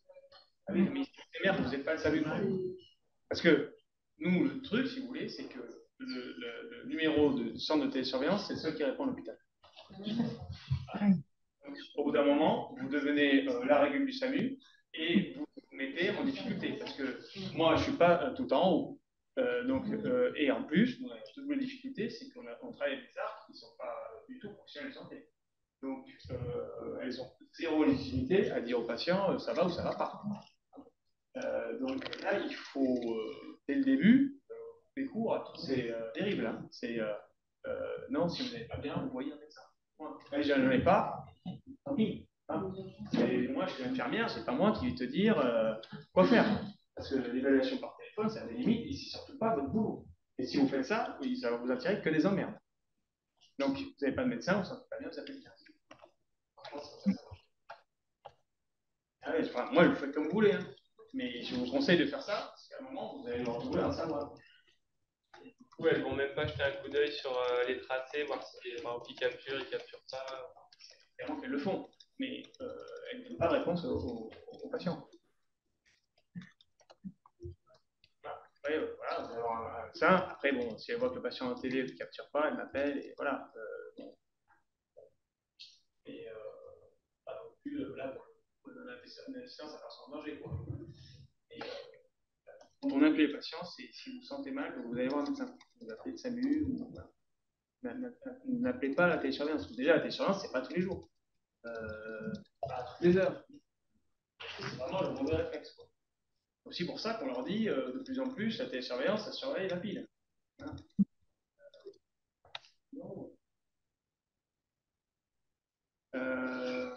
Bon, la prise en charge à distance, on a déjà pas mal discuté. Modification du traitement par téléphone, c'est long. D'accord. Ok. Montez votre Lazilix, c'est long. L'ordonnance par mail, on a vu les limites. Envoyer l'ordonnance à la pharmacie, ça pour le coup, on le fait. Je pense que c'est assez clean, parce que c'est un professionnel de santé. Ils ont une messagerie sécurisée, donc vous pouvez dire aux patients quelle est votre pharmacie, vous pouvez aller chercher votre ordonnance chez eux. Bon, ça, la prise de rendez-vous. Comment on communique l'information au correspondant? Donc, les courriers, c'est possible. Les emails, c'est messagerie sécurisée. Okay. Téléphone, ça marche. WhatsApp, ça marche pas. Non. C'est dommage. Ouais. Bon, je vous avoue que de temps en temps, on fait quelques petites entorses. Ce qu'on fait, sinon, des fois, c'est que, notamment parce qu'on s'occupe de la télésurveillance avec d'autres centres, donc il y a un truc préoccupant, je dis Estelle, Mélanie, on voit à Libourne, par exemple, mais si c'est un dossier un peu chaud, je les appelle ou j'envoie un WhatsApp pour leur dire vous avez reçu un message sur une rupture de sonde. Il n'y a pas le nom du patient, il n'y a rien. Bon, il reçoit ça. C'est un groupe WhatsApp de 3 médecins. Ils les orientent sur leur messagerie professionnelle. Et, okay. Alors, l'information aux patients.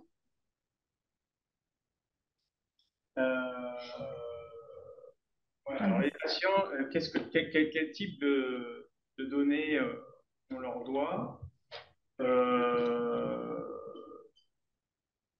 Là, c'est un petit peu, bon, c'est un peu le sujet d'un des cas qu'on devait voir, mais je vais peut-être répondre.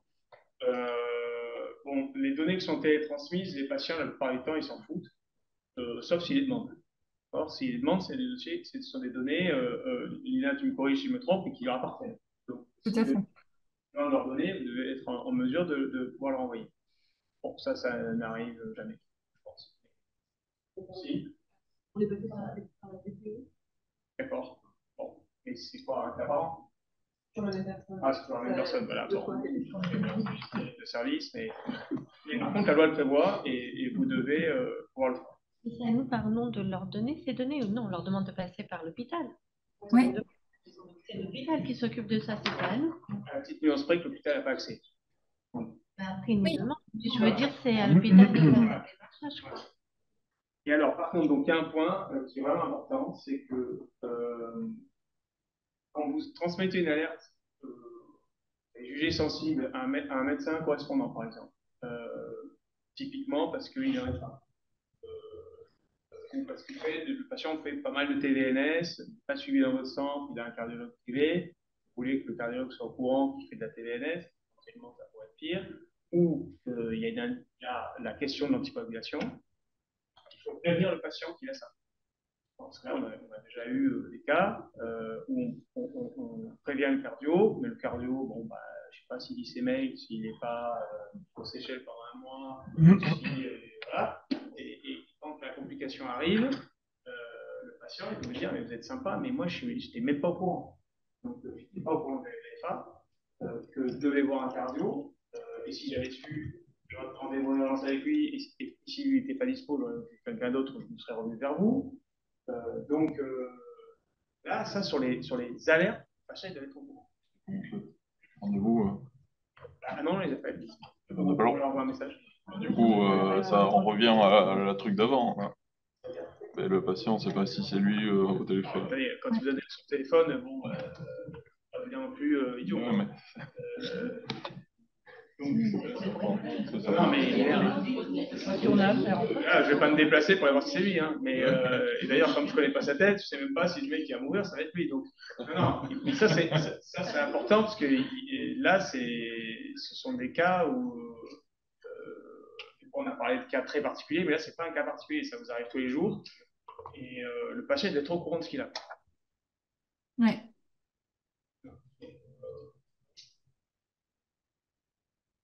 Sur un ERI, par exemple, vous avez transféré un ERI, le patient il doit être au courant. On ne lui dit pas forcément le détail technique, on lui dit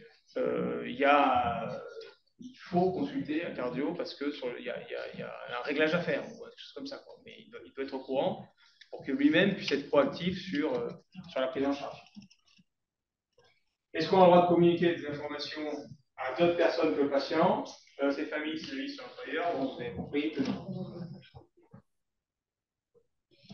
Alors, oui, tracer l'activité important. Donc, vous savez qu'en matière de médecine, mais de télémédecine en particulier, vous devez tracer votre activité justement pour des raisons médico-légales. Donc, là, c'est la question de qu'est-ce que je dois tracer. Est-ce que je dois tracer tout ce que j'ai fait? Est-ce que je dois tracer la prise en charge des alertes uniquement, des alertes pertinentes uniquement, ou au dernier étage, des alertes pertinentes que j'ai montrées au dessin? Alors, tracer toute l'activité que vous avez faite toute la journée, c'est pas possible. Vous ne pouvez pas dire j'ai ouvert telle transmission, j'ai regardé toutes les courbes de monsieur machin, j'ai regardé tous les EGM, j'ai ouvert 14 GM de commutation atriale. Alors, vous pouvez le faire. Bon, après, si vous avez plus de 50 patients, ça ne va pas être possible. Bon, ça va décevoir l'INA, mais c'est comme ça.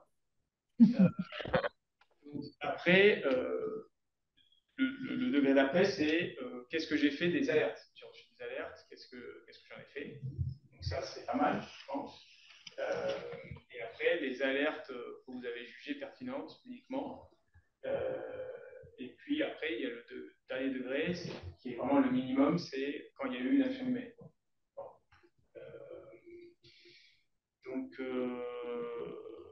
Bon, Lina va vous dire qu'évidemment, plus vous tracez, mieux c'est. Oui. Mais c'est surtout dans votre intérêt. Et nous, la traçabilité, vous l'avez vu hier soir avec les filles. Donc, on a 3 volets de traçabilité, mais donc c'est lourd, mais objectivement, ça rend vraiment bien service quand il y a des contentieux. Alors, des contentieux, il n'y en a pas beaucoup. Mais 3-4 fois dans l'année, il y a des patients un peu retors qui me disent, ou des cardios qui ne connaissent rien et qui vous disent ouais, j'ai pas été alerté pour ça parce qu'ils ne savent pas faire pour ça, mais voilà. Là, vous êtes bien content d'avoir, vous savez, le cas de pacemaker où le patient a été décédé. Là. Le cardio appelle innocemment pour savoir pourquoi en gros on n'a pas déchiré. Et là, si vous n'avez pas tracé que le mec a refusé, c'est pas bon du tout. Donc, plus vous tracez, mieux c'est pour vous. Enfin, mieux pour le patient, c'est mieux pour vous. Et c'est vrai que voilà. Parce que c'est ce que tu en penses, Lina, mais. Non, je suis d'accord avec toi. Je ne peux pas te contredire sur ce coup. Et du coup, sur la traçabilité, par exemple, le refus, est-ce que ça suffit de tracer dans le dossier médical le fait qu'on lui a demandé, on lui a proposé tel jour et il a refusé, ou il faut éventuellement encore un consentement, un document signé de refus. Oui. Alors, refus de quoi? Refus de quoi, que je comprenne bien? Télésurveillance, donc le patient il refuse d'être télésurveillé. Oui. Si vous pensez que le patient est éligible à la télésurveillance et que celui-ci refuse, il faut lui expliquer, alors il faut plus que ça, il faut lui expliquer les conséquences de ce refus, c'est-à-dire en fait ce à quoi l'éventuelle chance qu'il viendrait perdre s'il n'était pas inclus dans la télésurveillance. Donc il faut avoir la preuve de ce que vous lui avez indiqué par rapport à cela, c'est-à-dire ce qu'il ne peut pas avoir du coup s'il n'est pas télésurveillé, mais avec la garantie malgré tout qu'il sera prise en charge correctement. Donc ça doit être une information qui doit être explicite et elle doit être donc ensuite signée par le patient en disant j'ai pris connaissance des conséquences de mon refus d'être inclus dans une activité de télésurveillance, dans le protocole de télésurveillance du docteur, etc. J'ai conscience effectivement de ce que ça implique et malgré tout, je réitère mon refus. Ça, c'est vraiment important. Il faut le tracer.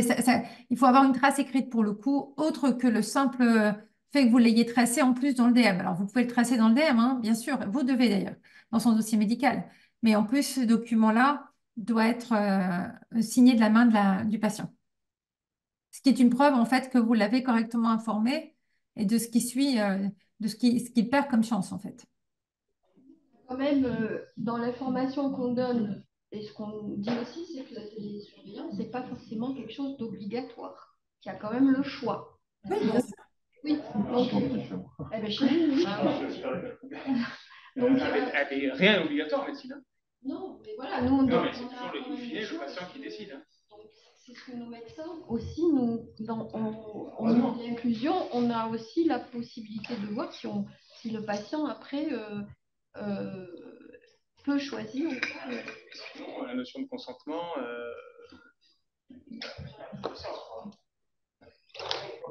quoi qu'on propose au patient, il peut refuser. Si y a un infarctus qui arrive sur la table de pro, qui dit 4 euros, il ne fait pas. Hein. C'est pas l'histoire de l'urgence qui prime? Non, s'il ne veut pas. C'est différent s'il n'est pas en capacité de s'exprimer. Mais à quel moment? Ouais. Oui, si, il peut s'exprimer. Après, mais le fait que ce soit de classe 1, parce que nous, c'est ce qu'on nous dit un peu, c'est qu'on peut être en faux si effectivement on n'équipe pas un patient. Non, si on l'a pas proposé. Ouais. C'est comme le DEF, c'est une classe 1 si tu as moins de 35%. Il y a des cardiologues qui sont convaincus que ça ne sert à rien. Eux, par contre, ils sont pénalisables s'ils n'ont pas proposé à leur patient. Si le patient dit non, tu vas pas chez lui l'endormir et lui mettre en F. Oui, mais en dehors du refus, genre sur le trouble cognitif, sur. Ça, c'est ce que je disais, c'est s'il est en capacité de donner son consentement éclairé. S'il ne parle pas français, s'il est dément ou s'il est en coma, on n'est pas du tout dans la même configuration.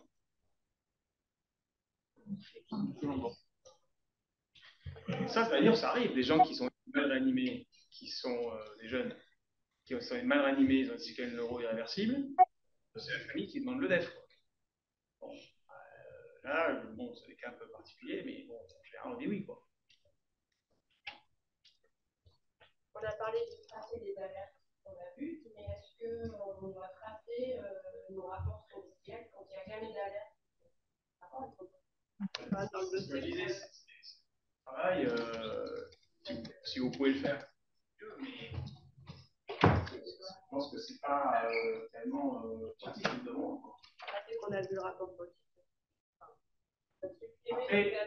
Après, si vous l'avez validé sur le site, ça par contre c'est tracé dans le site. Bon,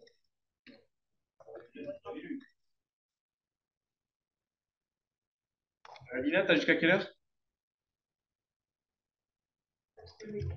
On t'entend plus, Lina. Pardon, excusez-moi. 11h, pardon, Sylvain. 11h. Donc la traçabilité, on l'a fait comment sur le dossier médical, hospitalier, c'est oui. Le tableur Excel, c'est non. Et le site constructeur, bah, c'est pas mal parce que pour tous les jours, c'est plus facile pour vous, quoi. Par exemple, on a un petit peu de patient où l'alerte a été vue par Sylvain, il a dit vous ne me la remonterez pas parce qu'on fera accompagner ce patient. Bon, si c'est sur ce site constructeur, c'est plus rapide pour vous. Mais du coup, ça rejoint ce qu'on disait tout à l'heure, le site constructeur. Est-ce qu'il a, entre guillemets, sur la note, sur le commentaire, etc. Aujourd'hui, on a découvert la F1, on le met sous hélicis. Il a accès à cette info. Normalement, le constructeur n'a pas accès aux données. Moi, je peux parler personnellement parce que j'ai monté un site sur les cardiaques. Je n'ai accès à aucune donnée. Il y a une seule personne qui a le droit d'accéder, comme disait Lina, pour débugger. Voilà. Mais si d'autres industriels travaillent mal, entre guillemets, et se permettent d'accéder aux données, c'est carrément... je pense à une marque en particulier que je ne mentionnerai pas, mais tous les employés de la marque ont accès à tous les données de France. Ce qui est absolument scandaleux, parce que ne serait-ce que, par exemple, s'ils décident de contacter un viager. Moi, si je prends un viager et que je vois que le mec il a un dev triple, ça va plutôt m'intéresser, tu vois. Non, mais il ne se prive pas de le faire. Parce que, donc, ça, c'est archi illégal. On n'est même pas à la marge. Là, on est dans un truc délirant, quoi. Si un jour ça tombe dans la presse, les mecs, c'est la folie, quoi. Donc, les commentaires que vous avez marqués, évidemment que l'industriel n'y a pas accès. ne doit pas y avoir ça. Mais sûrement qu'il y en a qui le font. Alors, la conservation des données, les données de télésuivi, Lina, on doit les conserver nous-mêmes 20 ans, c'est ça?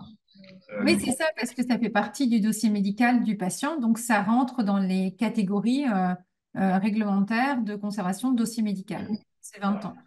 Là, le problème, c'est comment on les conserve, nous, 20 ans, parce que ça suppose qu'il faut les extraire des sites et les stocker sur un serveur de l'hôpital. Alors souvent, c'est peut-être aussi un service que ton fournisseur de dispositifs te propose. Mais Alors là, du coup, il y a la problématique que eux, ils ne sont pas tenus de les garder longtemps, les données. non, Et donc, effectivement, normalement, les industriels, ils n'ont pas à à conserver. garder. Bon, en tout cas, ils peuvent les garder, mais ils s'engagent à les garder sur une certaine donnée, d'une durée qu'ils doivent normalement justifier. Ouais. Alors, nous, comme vous avez dit là, on a un peu distordu le système, on leur demande de les garder archivés, quoi. Ils le font, hein. Mais le problème majeur, c'est qu'ils n'ont pas développé de système d'export des données compatible avec un archivage facile, on va dire, sur les dossiers médicaux, quoi. Et normalement, on pourrait les garder 20 ans. Et bon, ça, ok. Qui peut faire quoi? Ouais. En gros, les cardiologues peuvent tout faire, les infirmières elles peuvent tout faire, mais certaines cachent sous réserve d'une délégation de tâches. Alors, les ARC, c'est particulier. Il y a des ARC dans nos services, là. On est un des seuls centres à avoir ça. Donc, elles travaillent complètement avec un ordre de mission du CHU. Elles font ça parce qu'elles ont commencé en 2001. Elles ont une expertise comme Mélanie, Maïda, unique. Donc, elles ont poursuivi ce métier-là, mais on les couvre sur nous-mêmes. Par contre, toutes les nouvelles recrues sont bien faites. Secrétaire, sur les patients peut-être, j'inclure les informations, envoyer des mails et tracer l'information.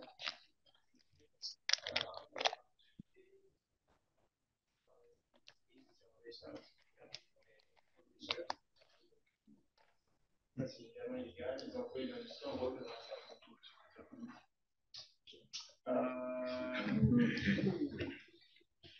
bon, les cas pratiques, je vais les faire tout seul en fait, Lina. Pardon, Sylvain. Oui, alors, il nous reste quelques minutes. Peut-être qu'avant, oui, effectivement, je pense que mais vous avez vu à quel point maintenant le docteur voilà, maîtrise la norme réglementaire de sa pratique. Mais peut-être en profiter en quelques minutes s'il y a des questions qui n'ont pas été abordées et que vous souhaitez aborder rapidement dans la salle. Où tout a été dit. Infirmière, si elle n'a pas géré correctement une alerte que le patient est décédé. Oui. Eh bien, si une alerte a été malencontreusement mal gérée et que ça a généré le décès, ça peut effectivement être un cas de contentieux. Comme il y a décès, à mon avis, la famille va certainement déposer plainte et ça peut donner lieu à une procédure, une enquête pour homicide involontaire. Pardon de terminer avec cette note qui est effrayante. Je dis qu'on en parlait pas. Bon, mais merci. Au revoir. Non, ce que je voulais surtout vous dire. Non, vous connaissez Lina, donc c'est bon. Ce que je voulais surtout dire, c'est qu'il y a une procédure pénale qui peut être initiée pour homicide involontaire, comme il peut y avoir la responsabilité civile de l'hôpital, sauf si vous êtes tous hospitaliers, mais si vous êtes libéral, dans ce cas, c'est votre propre responsabilité. Donc, en somme, oui, ça peut donner lieu à des cas de responsabilité. Alors, quand la responsabilité est engagée, et ça ne veut pas dire pourtant que vous êtes condamné, dans l'hypothèse de l'homicide de la procédure pénale, il faudra venir démontrer que vous avez été négligent, que vous avez été donc maladroit. Voilà, il y a eu une inattention. Donc, c'est-à-dire, en fait, c'est ce qu'on appelle, nous, dans notre jargon, une omission coupable. Ce qui n'est pas forcément le cas Quand vous avez, parce que quand même, il faut le dire, l'organisation de la télésurveillance telle qu'on la voit sur le terrain, elle est souvent mal organisée par manque de moyens, parce que c'est une activité qui certes date, mais elle est toujours peu dotée financièrement. Et donc, si on vient identifier que c'est cette maladresse, c'est le fait que voilà, cette inattention n'est pas due au fait que vous n'avez pas suffisamment dormi la veille, enfin, quelque chose en somme qui ne vous est pas reproché et reprochable, mais que c'est dû à une désorganisation du service, un dysfonctionnement de celui-ci, votre responsabilité pénale ne sera pas engagée. C'est pas de votre fait, en fait. Par contre, la responsabilité civile de l'hôpital, elle pourra l'être. Vous voyez? Donc, ce que je veux vous dire, c'est que on sait que c'est une activité naissante qui n'a pas forcément, qui n'est pas forcément dotée des moyens qui mériteraient d'être mis à sa disposition.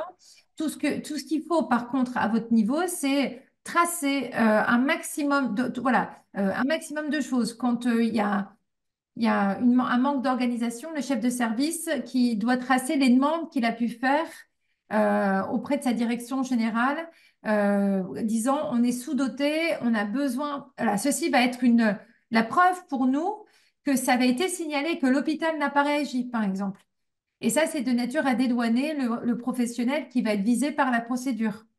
Typiquement, donc quand il y a des dysfonctionnements pour lesquels vous essayez d'agir, il faut toujours tracer ce que vous avez fait pour que ce dysfonctionnement soit connu et potentiellement réglé.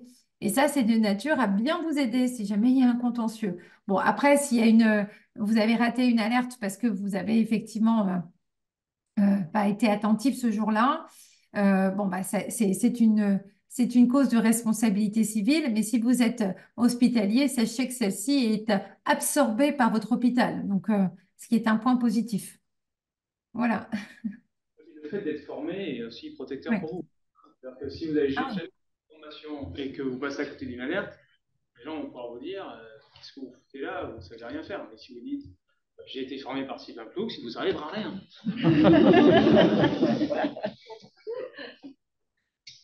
Bon, ok, mais Lina, je te remercie encore une fois. Merci. Désolée de ne pas être là jusqu'à la fin.